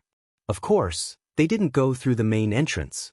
Instead, they went through the hole that the 100 fairies of the pear garden created with their musical instruments. Yuan Zhen thought for a moment before following them. Then, the 3 presidents who had signed a new contract with Xiao Chen left at the same time. Tower Master Yang, I have wronged you this time. The Imperial Ancestral Temple's patriarch asked softly as he glanced at the veiled woman. This time, everyone could tell that the Smiling Daughter Pavilion took the blame for the royal court, pushing away all responsibility. The Smiling Daughter Pavilion could only apologize and swallow their anger. The veiled woman said indifferently, "Ancestor is too serious. This time, I was rash and didn't handle things properly. Let's drop this matter for now. I still wish for Sect Ancestor to preside over the wedding of the first prince and headliner Ling Long." The white-haired old man hesitated for a moment before nodding. I agree to this. This could be considered a form of compensation. The Imperial Ancestral Temple was on the same side as the first prince in the first place. However, it was inconvenient for them to preside over the wedding. If not for today's matter, the white-haired old man would not have appeared in public for this matter. Take the 3 princes away. After whipping them, ground them for half a month. Yes. The royal court's people left. Before they left, the white-haired old man drew the Yen Imperial sword. Just as he was about to put it in the sword box, his expression changed. Unexpectedly, a tiny crack appeared on the Yen Imperial sword. The crack looked unremarkable, but it was clearly new. It was normal for a soul tool to crack. As long as one fought, it would be hard to avoid damage. Even the Yen Imperial sword was no exception. Historically, the Yen Imperial sword had even shattered. However, as long as the dynasty's luck did not decline, it could always be repaired. However, the problem was, when had anyone clashed with the Yen Imperial sword in this place? The veiled woman looked suspiciously at the white-haired old man. However, the other party hid his expression well and left in a rush, not saying a word. After the royal court's people left, the extraordinarily bustling Smiling Daughter Pavilion slowly quietened down. The veiled woman instructed. Then, she quickly headed for the depths of the Smiling Daughter Pavilion with a rushed expression. Unlike what many people imagined, the outside world was filled with lush mountains, clear waters, and drifting white clouds. The depths of the core seemed to be filled with a sinister aura that made one shudder. A moment later, at the core of the small world, the veiled woman saw 9 old men guarding the core of the formation. There was a total of 9 people. The leader was a peak sovereign emperor, and the other 8 were peak 6-vein sovereign emperors. With these 9 people guarding this place, as long as the core formation was not completely destroyed, the Smiling Daughter Pavilion would not fall. This was just the Smiling Daughter Pavilion's strength. The accumulations of the entire Pleasure Quarter Alliance were even more terrifying. The veiled woman looked at the black-clad old man leading the group and said, "Senior Feng, I already told you to kill him at all costs, even if he really has the Buddhist sect's golden letter. Why did you not do so?" When Yuan Zhen appeared earlier, although the veiled woman was startled for a moment, she still made up her mind to kill Xiao Chen. She had already reached the point where she had to kill him. If she did not kill him now, she would not have another chance to do so. It was as the veiled woman expected. First, the fiendish saber disciple Lu Benwei appeared. Then, Su Yi led the 100 fairies of the pear garden to charge over. When the Imperial Ancestral Temple's Imperial Patriarch appeared, she lost her chance. If Senior Feng had listened to the veiled woman, there might not have been so much trouble. At that time, Xiao Chen would have died, and everything would have been set in stone. Even if the Imperial Ancestral Temple's Imperial Patriarch arrived, no matter how angry he was, he could only bear the burden in the end. As for how much rage the Heavenly Alliance would feel for a one-vein sovereign emperor, it might not be as terrifying as one imagined. At most, the Heavenly Alliance would come to a compromise and give some benefits to the Heavenly Alliance in the Yenwu dynasty. Pu Si. The black-clad old man, who was about to speak, vomited a mouthful of blood, instantly turning incredibly pale. The veiled woman immediately felt shocked. She quickly asked, "Senior Feng, when were you injured?" Senior Feng was a 7-vein sovereign emperor, a bona fide peak sovereign emperor. How could he have gotten so severely injured without anyone noticing? The veiled woman immediately felt somewhat afraid. Although she felt angry from the start to the end, she had never felt afraid. This was because she knew that the situation had been under her control all along. However, Xiao Chen's resistance was much more intense than she had imagined. However, no matter what, even if Su Yi led the 100 fairies of the Pear Garden over and fought, the veiled woman would not be able to defeat Xiao Chen. She was confident that she would be the winner. But now, Elder Feng had been severely injured without anyone noticing, which made her feel that it was too inconceivable. The black-clad old man shook his head and sighed. I was severely injured the moment Yuan Zhen appeared. I did not scatter my aura because Yuan Zhen appeared. My soul was injured and I could barely protect myself. If I had not retreated, my divine seal would have been destroyed. Who attacked? I don't know. I really don't know. Shock flashed in the veiled woman's eyes. To think that a bona fide seven-vein sovereign emperor did not even know who injured him. Could it be that an expert stronger than a seven-vein sovereign emperor had been in the small world of mountains and rivers from the start to the end? I will report this matter to the saintess and let her handle it. Elder Feng, you should focus on recuperating. There is no need to think too much. For the first time, the veiled woman felt that things were out of her control.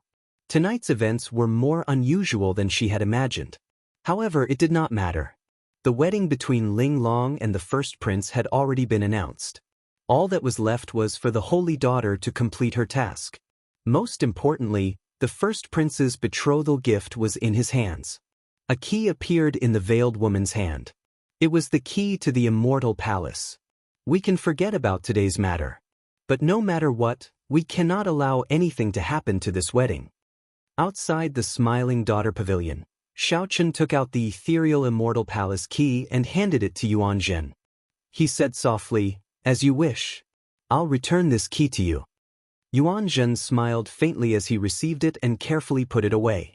Benefactor Xiao is indeed straightforward. I did not accompany you to the Smiling Daughter Pavilion in vain. This little monk will take his leave first. After glancing at Xiao Chen, Yuan Zhen pressed his palms together and chanted a Buddhist name before turning to leave. This monk is a little odd.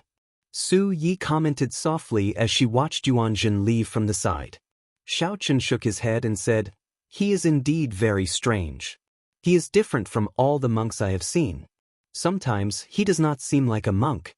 Sometimes he seems more like a monk than anyone else. I cannot understand him. However, I have to thank you this time.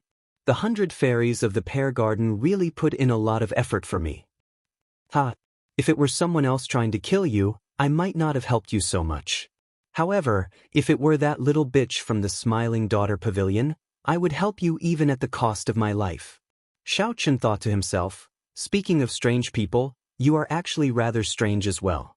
Speaking of strange people, there is actually a very strange person beside me. Uncle, stop pretending to be drunk."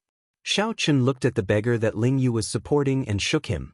In the end, the beggar fell to the ground like mud. Xiao Chen bent over and checked the other party's breathing. Then he frowned slightly. "You are really drunk."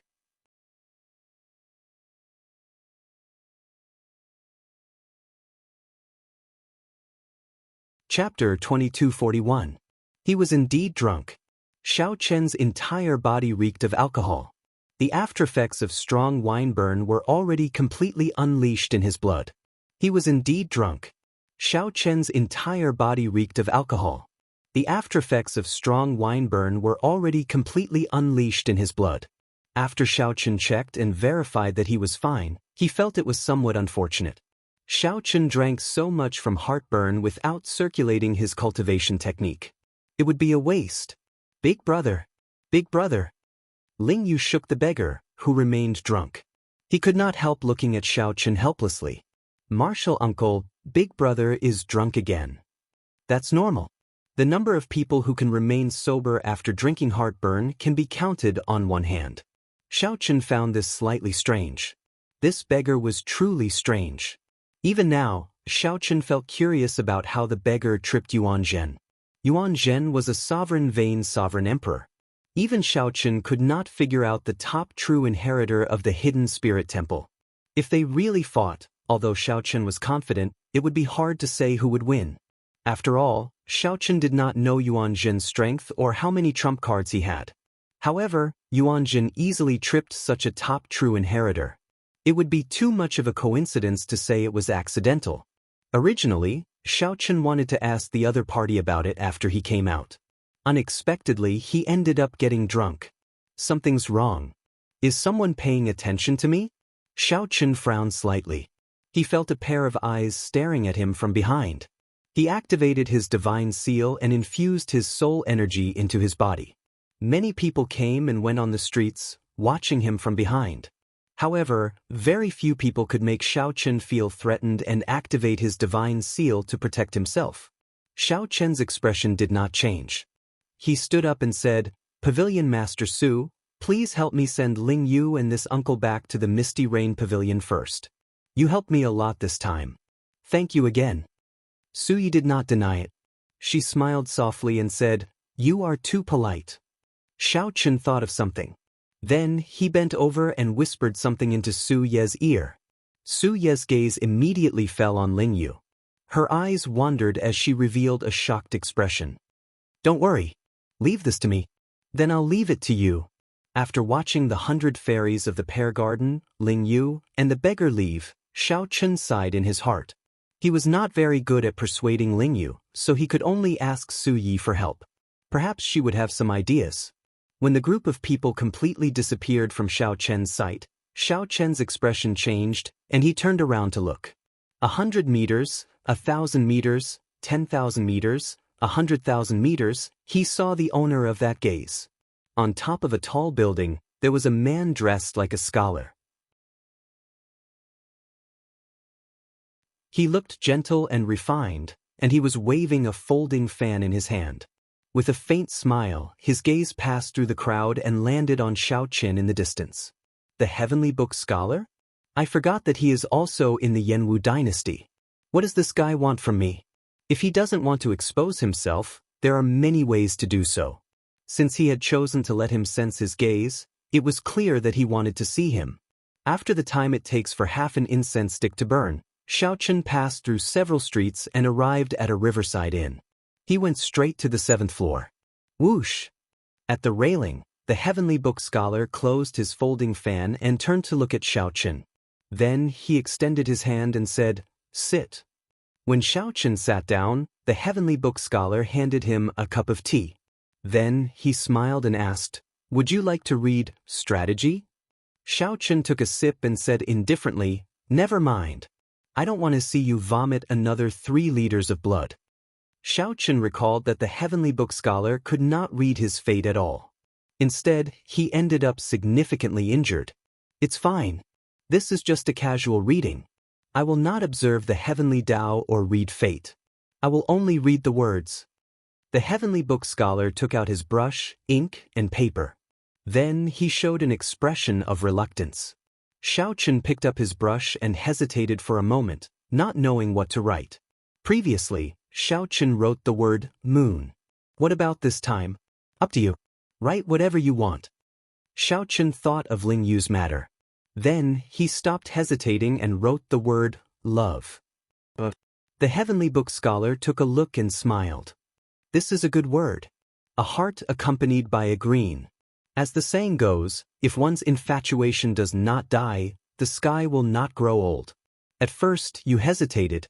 However, after you wrote, you did not hesitate at all. This means that you wrote this word on behalf of a friend. Hence, you did not feel any burden and appeared calm. However, you took a long time to finish. This means that you are the same, trapped by love. In the end, you still ended up asking for it yourself. Xiao Chen asked softly, "What was the result?" "I did not observe the Heavenly Tao or read fate. Naturally, I could not get a result." The Heavenly Book Scholar shrugged with a smile, appearing helpless. Xiao Chen immediately lost interest. Not wanting to waste words, he asked directly, "Why are you looking for me?" "Originally, I was preparing to look for you today. Unexpectedly, You caused such a huge commotion in the Smiling Daughter Pavilion. It can be considered a coincidence, right? I would like to ask if you still have an ethereal immortal palace key. Are you willing to give it to me? We can discuss any price. A bright light flashed in Xiao Chen's eyes. Then, he said in understanding, you are a diviner. You should know where the ethereal immortal palace will appear, right? The heavenly book scholar smiled and said, the diviners of the various dynasties can predict that the ethereal immortal palace will appear in the Yanwu dynasty. Naturally, I am no exception. What is the exact location? The heavenly book scholar smiled but did not answer. If you know, someone will take the initiative to tell you. If you cannot, no one will tell you. The heavenly book scholar spoke in riddles, similar to what Yuan Zhen said. Xiao Chen thought to himself, to put it bluntly, I do not have the conditions. However, one of the conditions is definitely the ethereal immortal palace key. As for the other conditions, I do not know. The heavenly book scholar asked, how about it? Have you considered giving the key away? This ethereal immortal palace key is not that important to you. The blood-soaked dragon emperor had used the wings of time sealed in the ethereal immortal palace. How could it not be important? However, there were rumors of the ethereal immortal palace appearing from time to time. However, the prophecies had never been accurate. Indeed, Xiao Chen did not value the ethereal immortal palace, so he tried to get some information out of the other party. That's right. This ethereal immortal palace key is not that valuable to me. However, it should not be that important to you. I can give it to you. However, you have to tell me who you are buying it for. The heavenly book scholar frowned slightly. After some thought, he said, I can't say that. Right after the heavenly book scholar spoke, he felt that something was wrong.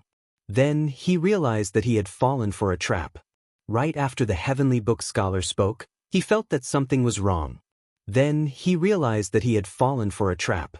Now that the heavenly book scholar said that, this was equivalent to telling the other party that he, the heavenly book scholar, was buying the ethereal immortal palace key for someone else. Xiao Chen smiled and said, in that case, let me guess. Who instructed you to do this? It looks like there is no need for further discussion. Brother Xiao has no intention of giving it to me. Consider it as my intrusion. Please go back. I will visit another day. The heavenly book scholar interrupted Xiao Chen. Then he smiled faintly and stood up to send off the guest. You are too polite. The Misty Rain Pavilion welcomes you at any time. Xiao Chen revealed a smile and turned to leave, heading downstairs. When Xiao Chen reached the blind spot, his expression suddenly changed. The instant he put on the death god mask, he executed the life bestowal spell. Immediately, the dust in the air formed a figure as Xiao Chen's hand seals changed. This figure looked exactly like Xiao Chen, a fake. Up in the pavilion, the heavenly book scholar watched as Xiao Chen left. He frowned heavily in disappointment. Unexpectedly, Xiao Chen showed no intention of selling it, not even stating a price. Dong. Footsteps rang out, and a person in battle armor walked over from behind. This person looked valiant and had a resolute face. This person exuded an intense killing chi. This strong killing chi even suppressed the heavenly book scholar's sovereign might. Can this person be trusted? The person asked as he stood beside the heavenly book scholar, looking at Xiao Chen's back as well. His voice was hoarse and grave. The heavenly book scholar turned to the side and fanned himself with his folding fan. Fortunately, I met him once 10 years ago. He is a person of character. However, he has a cautious nature and hides his pride. He has a pure heart. I expected him to reach where he is now. However, I sense the aura of a demonic Tao cultivator from him, the person said, enunciating every word. The heavenly book scholar felt slightly startled. Ninth Prince, why do you say that? The person who arrived was the Ninth Prince, who often led troops to guard the borders. No wonder his killing chi was so intense.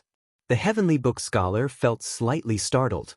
Ninth Prince, why do you say that? I frequently fight with the people of the abyssal underworld and the Shuwu dynasty's demonic Tao experts. Sometimes, I do not need much evidence, just my intuition, the ninth prince explained. Is that so? In that case, it looks like it is correct. However, there are many righteous Dao cultivators who cultivate demonic Dao techniques. He is still a choice, the heavenly book scholar said slowly as he tapped his left palm with the folding fan in his hand. Big brother, for the sake of obtaining the Pleasure Quarter Alliance's support, he actually used the ethereal immortal palace keys as a betrothal gift. This is simply unexpected. This is like inviting a wolf into the house, the ninth prince sighed, worry flashing in his eyes. The heavenly book scholar nodded and said, hence, I feel that time is tight.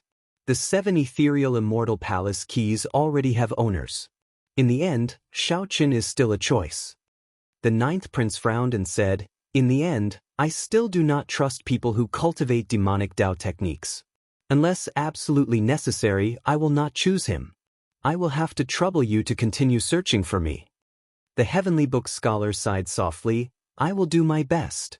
As the two spoke, they were extremely careful, using their soul energy to check the surroundings. However, the two had not expected Shaoqin, who had not left, to hear all this.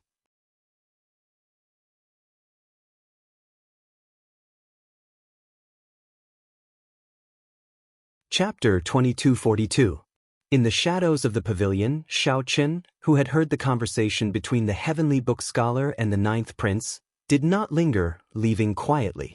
Now that it was daytime, the death god mask's effect was much weaker. However, Shaoqin used a trick to make the ninth prince and the heavenly book scholar think that he had already left. That was why he hadn't been discovered. If he continued to stay here, it would be hard to guarantee that something unexpected would happen. To think that the ninth prince is behind the heavenly book scholar. However, I know nothing about the ninth prince. On the way back to the Misty Rain Pavilion, Shaoqin thought to himself, feeling that he had grasped some clues. The crown prince's betrothal gift was a key to the ethereal immortal palace, and now the ninth prince was also searching for a key to the ethereal immortal palace. Could it be that the ethereal immortal palace was under the control of the ethereal immortal palace? It was very likely that there were 2 conditions. One was to possess the key to the ethereal immortal palace, and the other was to obtain the help of a prince. Only by fulfilling these 2 conditions could one know where the immortal palace would appear and obtain the opportunity to enter. If that was the case, he would have no choice but to be involved in the battle for the position of crown prince. In this era of great competition, we have to fight even if we don't want to. Shaoqin thought to himself, thinking that it was time to make a choice. The ninth prince did not think highly of him. However, the ninth prince was not the only one in the imperial capital, Yen City. There were many people that he could work with. He returned to the Misty Rain Tower. When Shaoqin saw Su Yi, she was trying to console Ling Yu. However, based on Ling Yu's expression, the effect was not good. The beggar was sleeping on the bed. Mo Qin, Bao, and the others were at the side. Big brother Xiao, you're finally back. Mo Qin stood up to welcome Shaoqin. Clearly, they already knew what happened in the Smiling Daughter Pavilion. I met an old friend and was delayed for some time. However, I unexpectedly learned some things. Ling Yu, do you want to hear them? Shaoqin said softly as he looked at Ling Yu. Martial uncle, does it have anything to do with me? Shaoqin nodded. It does have something to do with you.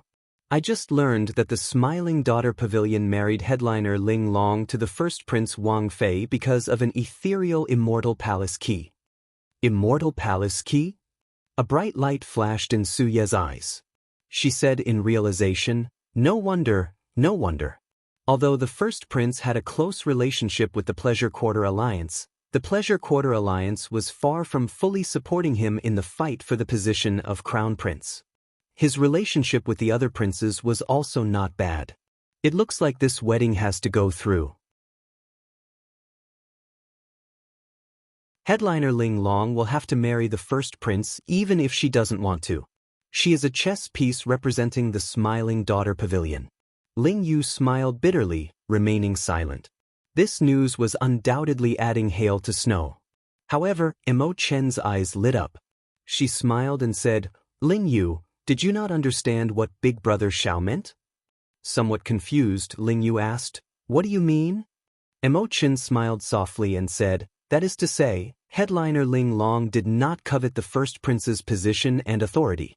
She was forced to do so because of the Smiling Daughter Pavilion's agreement with the first prince.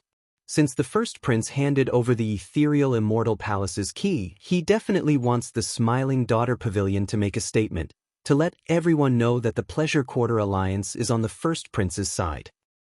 Hence, the Smiling Daughter Pavilion withdrew headliner Ling Long. This wedding is a ceremony for both sides to form an alliance. Hearing that, Ling Yu revealed a look of joy on his face. However, it quickly dimmed. Even so, what can I do? Let's not talk about this for now. Let me ask you something. What is your relationship with headliner Ling Long? Xiao Chen asked the question that everyone was curious about. Many gazes immediately landed on Ling Yu. This was especially so for Su Yi. She seemed to be very interested in this matter. She propped up her chin with both hands as she watched without blinking. Back then, Martial Uncle brought me to the Soaring Dragon Great Realm.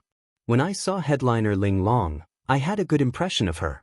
Later, I stayed there and learned the pipa from elder sister Ling Long for 3 months. It was just 3 short months, but it felt like 3 lifetimes. I was very happy during that period. However, I still had to return to the sect. The night before I left, she entrusted her life to me. I agreed to come to the imperial capital Yen City to look for her 5 years later. At this point, Ling Yu blushed slightly, appearing somewhat embarrassed. However, his face showed joy from the memories. Thinking about it, that period of time was indeed a beautiful time for him, one that was hard to forget. What happened after that? What happened after that? Su Yi asked in anticipation, her eyes bright like pearls as she smiled. 5 years later, I became the youngest star venerate in the Grave Sea Cluster. Martial Uncle's sect master tried to get me to stay. As long as I stayed, the Purple Flame sect would make me the sect master. However, I fell in love with elder sister Ling Long, so I rejected Martial Uncle. At that time, I was very spirited and very cocky. Many of the older generation experts in the Grave Sea Cluster could not last 10 moves against me. I wanted to give her a surprise, so I did not tell her and came to the imperial capital Yen City alone. At this point, the smile on Ling Yu's face slowly disappeared. His grave expression contained a trace of regret and intense bitterness. Xiao Chen and the others exchanged glances. They more or less understood some things. In hindsight, Ling Yu was indeed a once-in-a-thousand-year genius in the Grave Sea Cluster. Ling Yu also had a rather thin Great Desolate Aeon bloodline. At such a young age, he already advanced to Star Venerate. At that time, he would have been brimming with confidence. He wanted to come to the imperial capital Yen City and show off his abilities, making a name for himself and obtaining beauties at the same time. However, it would not be an exaggeration to say that the imperial capital Yen City was the most bustling city of the Tianyuan Empire.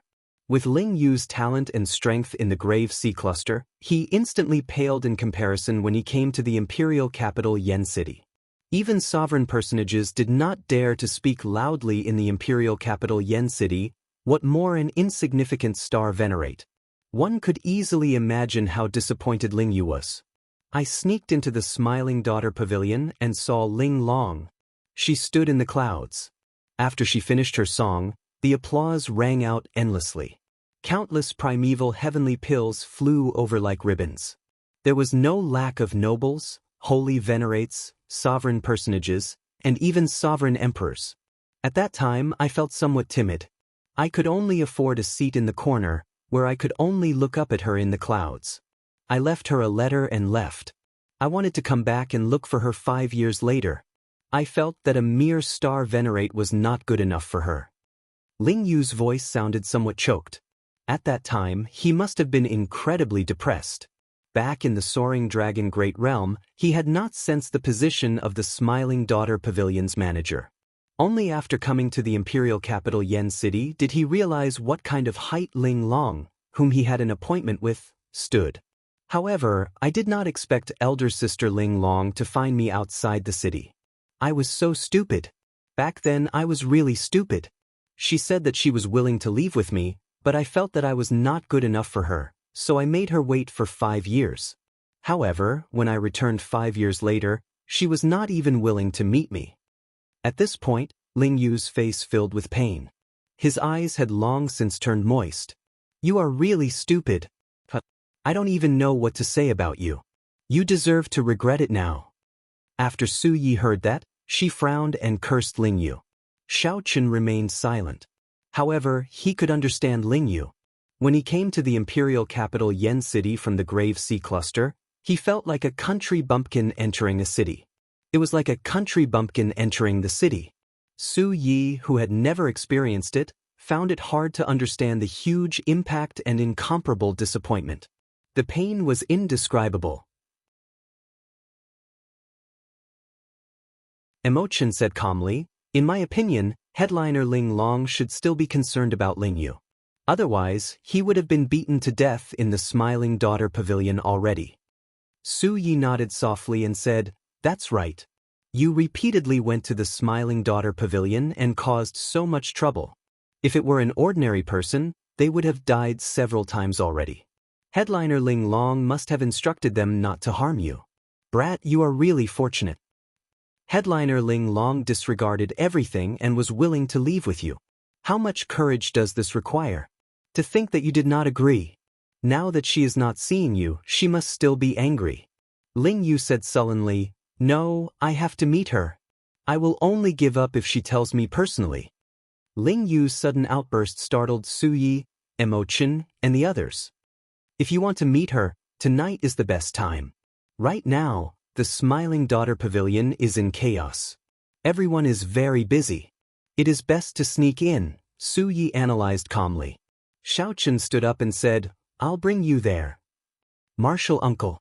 Ling Yu immediately felt so touched that he wanted to cry, not knowing what to say. Xiao Chen said softly, "Since you address me as martial uncle, I will definitely be the matchmaker. Back then, I prepared to give you a pipa as a token of love. I still hope that you can personally give it to her." "I want to go as well." Su Yi rolled her eyes. No one knew what she was thinking. "Visiting a brothel? I want to go as well. Ha! You people are all very bad. While this uncle is drunk, you want to visit a brothel again. This uncle is awake. Ha!" The beggar, who was sleeping like a dead pig on the bed, suddenly said as he stood up. Xiao Chen did not find this strange, so he looked at Chen. Chen said softly, "Bao and I will not be going. Elder sister Su Yi already handed most of the matters of the Merchant Association to me. Later, I still have to discuss it with the association chiefs of the Nine Cauldron Pavilion and Linlang Pavilion." Xiao Chen looked at Su Yi with some surprise.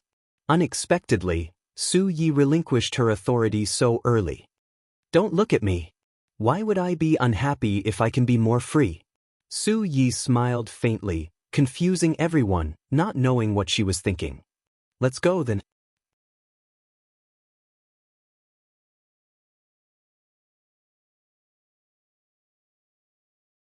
Chapter 2243. The Imperial Capital, Yen City, Smiling Daughter Pavilion. In the past, the lights would never go out and the traffic would always be heavy. But tonight, the bustling scene no longer existed. Xiao Chen broke the roof of the pavilion with one saber strike, opening a crack in it. The various auras also damaged the interior of the pavilion. Repairing it would take some time. Now that the place was empty, the place was very busy. Everyone cleaned up the rubble and tidied up the debris. As for the roof, it would take at least 3 days to repair. Such a chaotic situation had not happened in many years. Now that they were cleaning up the mess, several guards even joined in. Xiao Chen, Su Yi, the beggar, and Ling Yu arrived outside the Smiling Daughter Pavilion again. There was a large hole at the side of the pavilion. This was the hole that Su Yi led the 100 fairies of the pear garden to break open. When looking at it from the inside, it did not seem like much. However, from the outside, it looked very exaggerated. Su Yi looked at her masterpiece, feeling very satisfied. This hole will take at least 10 days to repair. The Misty Rain Pavilion's business should be several times better in the next few days. I have to consider increasing the price.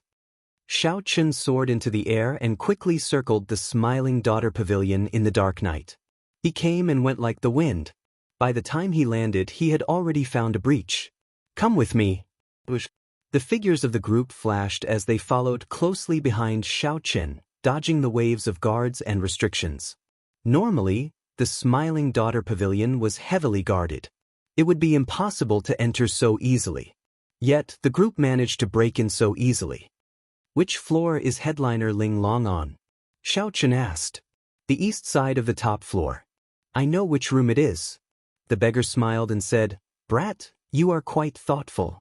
You did not get beaten up for nothing. You finally figured out the room. This time, you can go in boldly. If anyone dares to beat you up, Big Brother will help you chase them away." Ling Yu smiled bitterly and said, "Big Brother, it is better for you to stay here. I fear that something might happen to you." The beggar smiled happily and said, "Don't worry. Just do what you need to do. Big Brother will not peek. I still have that much character. Let's go." Seizing the gap between the two waves of guards, Xiao Chen's figure flashed, and he passed through. The few of them hurried to catch up with him. Following Xiao Chen's footsteps, they ascended to the top floor. It could be seen that even though it was a mess at the moment, it was extremely chaotic. However, the Smiling Daughter Pavilion's guards did not relax much against these headliners. When he was about to reach the top floor, Xiao Chen frowned slightly. There was an array formation.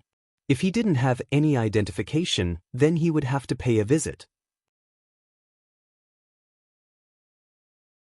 As long as one stepped onto the top floor, they would immediately be discovered. This was a type of formation used for scouting, so it was difficult to evade. Xiao Chen had the Death God mask, so he could go up. However, Ling Yu and the other two would have a hard time. Hee, this is enough. The beggar uncle took out a few tokens, and upon closer inspection, he realized that they were the waste tokens that the guards carried with them. It was unknown when he had stolen them. Xiao Chen was slightly startled. When did he make a move? Even he did not sense it. That's amazing. What happened? Su Ye's eyes lit up. Without saying anything, she directly took out a token. It's just some small stuff, unorthodox. You won't be interested in it. The beggar uncle smiled happily as he shoved the other two tokens to Xiao Chen and Ling Yu. With the tokens, the group safely made their way to the top floor, not startling anyone. After making many turns in the complicated corridors, they arrived at a room with Ling Long's room token. This is it. Now that they reached the step, Ling Yu felt somewhat hesitant. He could vaguely see a delicate figure through the door and window. Let's go in. The beggar uncle pushed hard, and Ling Yu barged in. Who is it? Just as he closed the door and turned around, a long sword was pressed against his neck. The owner of the sword wore a long white dress. Her pretty face appeared pale and haggard. Headliner Ling Long's complexion was much worse than when she performed in the clouds during the day. With one glance, one would feel heartache. Upon seeing Ling Yu's face, Ling Long was clearly stunned for a moment. Then, she startled awake and said, "Why are you here? Quickly leave. Today, the Tower Master is already angry. If you don't leave now, she will really kill you. Sister Ling Long, come with me. I was wrong, I was really wrong." Ling Yu's heart ached and he could not help but ask. Ling Long sheathed her sword. She could not bear to look at Ling Yu. She was afraid that if she took a few more glances, she would not be able to control herself. "You can leave." With her back facing Ling Yu, Ling Long sighed softly, "The matters between you and me are already in the past. 5 years ago, I gave you a chance. 5 years later, it's too late. I don't care. No matter what, I will take you away today." Ling Yu did not know where he got the courage to step forward and grab headliner Ling Long's hand tightly. Ling Long still did not turn around. She said softly, "You should leave quickly. The pavilion master will be here soon. I'm taking you with me. What right do you have to bring me along? You are just a mere sovereign personage. How can you compare to the first prince?" Ling Yu was stunned when he heard that. Then his tightly clenched fists slowly relaxed. "How stupid! Can't you just carry me away?" The beggar uncle and Su Yi, who were watching from outside, immediately felt incredibly anxious. If Ling Yu only said these 2 sentences, "Come with me," You have to come with me. They would definitely come here for nothing. Clearly, not saying anything and just carrying her away was the way to go. However, you do not like him, Ling Yu said with a somewhat trembling voice. Who said that I do not like him? He is the current first prince and has the support of the Imperial Ancestral Temple's patriarchs. Now, he has the help of the Pleasure Quarter Alliance. Soon, he will be the crown prince, and I will be the Yanwu dynasty's empress, Ling Long said in a self-mocking manner. When she thought of Ling Yu's laughable reason from 5 years ago, her heart ached again. Back then, Ling Yu's words were very hurtful. Although Ling Long was a girl from a pleasure quarter, she was not someone who coveted glory and the strong. Ling Yu gave up on her efforts just because he could not compare to others. Ling Long really could not think about it. Every time she thought about it, she felt like needles piercing her heart, feeling extreme pain. That's impossible. You are lying to me. Ling Yu was too straightforward and could not make out the resentment in Ling Long's words. His voice even trembled somewhat. Why is it impossible? In your opinion, have I not always been such a person? The people outside felt very anxious, thinking to themselves that they were in trouble tonight. It's over. This fool is too stupid, Su Yi said softly with a heavy frown. The beggar uncle said, this won't do. We have to kidnap him. Given my foolish second brother's intelligence, he really cannot continue watching. Just as the three were considering whether to charge in and kidnap Ling Long, soft footsteps rang out from below. The three's expressions changed slightly, and their figures immediately flashed, vanishing quickly. A person came up from the top floor. It was the veiled pavilion master Yang. Her expression did not change, like she was not overly angry over tonight's storm. Soon, the veiled woman arrived at headliner Ling Long's door. Just as she was about to knock, she frowned slightly. Ling Long quickly looked up and immediately paled in shock. She saw 3 people stuck to the ceiling of the corridor. 3 smiling faces looked at her helplessly at the same time. Su Yi smiled provocatively, Xiao Chen smiled bitterly and helplessly, and the beggar uncle teased her like he always did. Plop! Before Ling Long could react or scream, the beggar uncle fell and pressed her to the ground. The 2 faces were less than half an inch apart, and the tips of their noses were even touching. How fragrant! The beggar uncle said as he revealed an intoxicated smile after sniffing. The veiled woman was utterly frightened. She reacted only after a while and roared, "Die!" Bang! The strength of a one-vein sovereign emperor instantly erupted as she landed a palm strike on the beggar uncle's chest. Pussy eye. The beggar uncle vomited a mouthful of blood as the impact knocked him back. However, before he flew away, he grabbed the veiled woman's leg with one hand. Then, he gently pulled in the air and carried the veiled woman horizontally. The enormous and vigorous force sent the beggar flying far away. As the beggar flew backward, blood still dripped from a corner of his lips. He smiled and said, "So, you like me hugging you? You should have said so earlier. I'll just hug you. Why did you use so much force? You nearly broke my bones." Don't. Such a commotion immediately alerted a large group of guards nearby, and a group of guards instantly rushed over. When the guards saw the beggar uncle hugging the pavilion master, who was leaning against the wall, they were greatly startled. "Let go of the pavilion master. Quickly let go of the pavilion master." The guards showed nervous expressions as if they were facing a great enemy. However, they did not dare to act rashly. The veiled woman in the beggar uncle's embrace felt indescribably strange. When she saw the beggar's smiling face at such a close distance, she was surprised to discover that he was not as unkempt as she imagined. You want to hug me as well? It's very comfortable. I'll let you try as well." However, just as the veiled woman wanted to take a closer look at the beggar uncle's smiling face through his messy hair, the beggar uncle laughed loudly. The beggar uncle laughed heartily and threw him towards the group of guards. All the guards reflexively rushed forward to catch her. However, they suddenly recalled the pavilion master's esteemed status. If they touched her, the consequences would be dire, so they retreated in fright. Bang! The veiled woman fell heavily to the ground and grunted in pain. "Ha! I'm dying of laughter. Little bitch, to think that you would have such a day. Ha. When Su Yi, who was at the side, saw this scene, she bent over and held her stomach. She laughed without restraint, nearly tearing up. The beggar uncle showed an innocent expression as if this had nothing to do with him. Only Xiaochen cautiously looked around. The surrounding guards were already rushing over.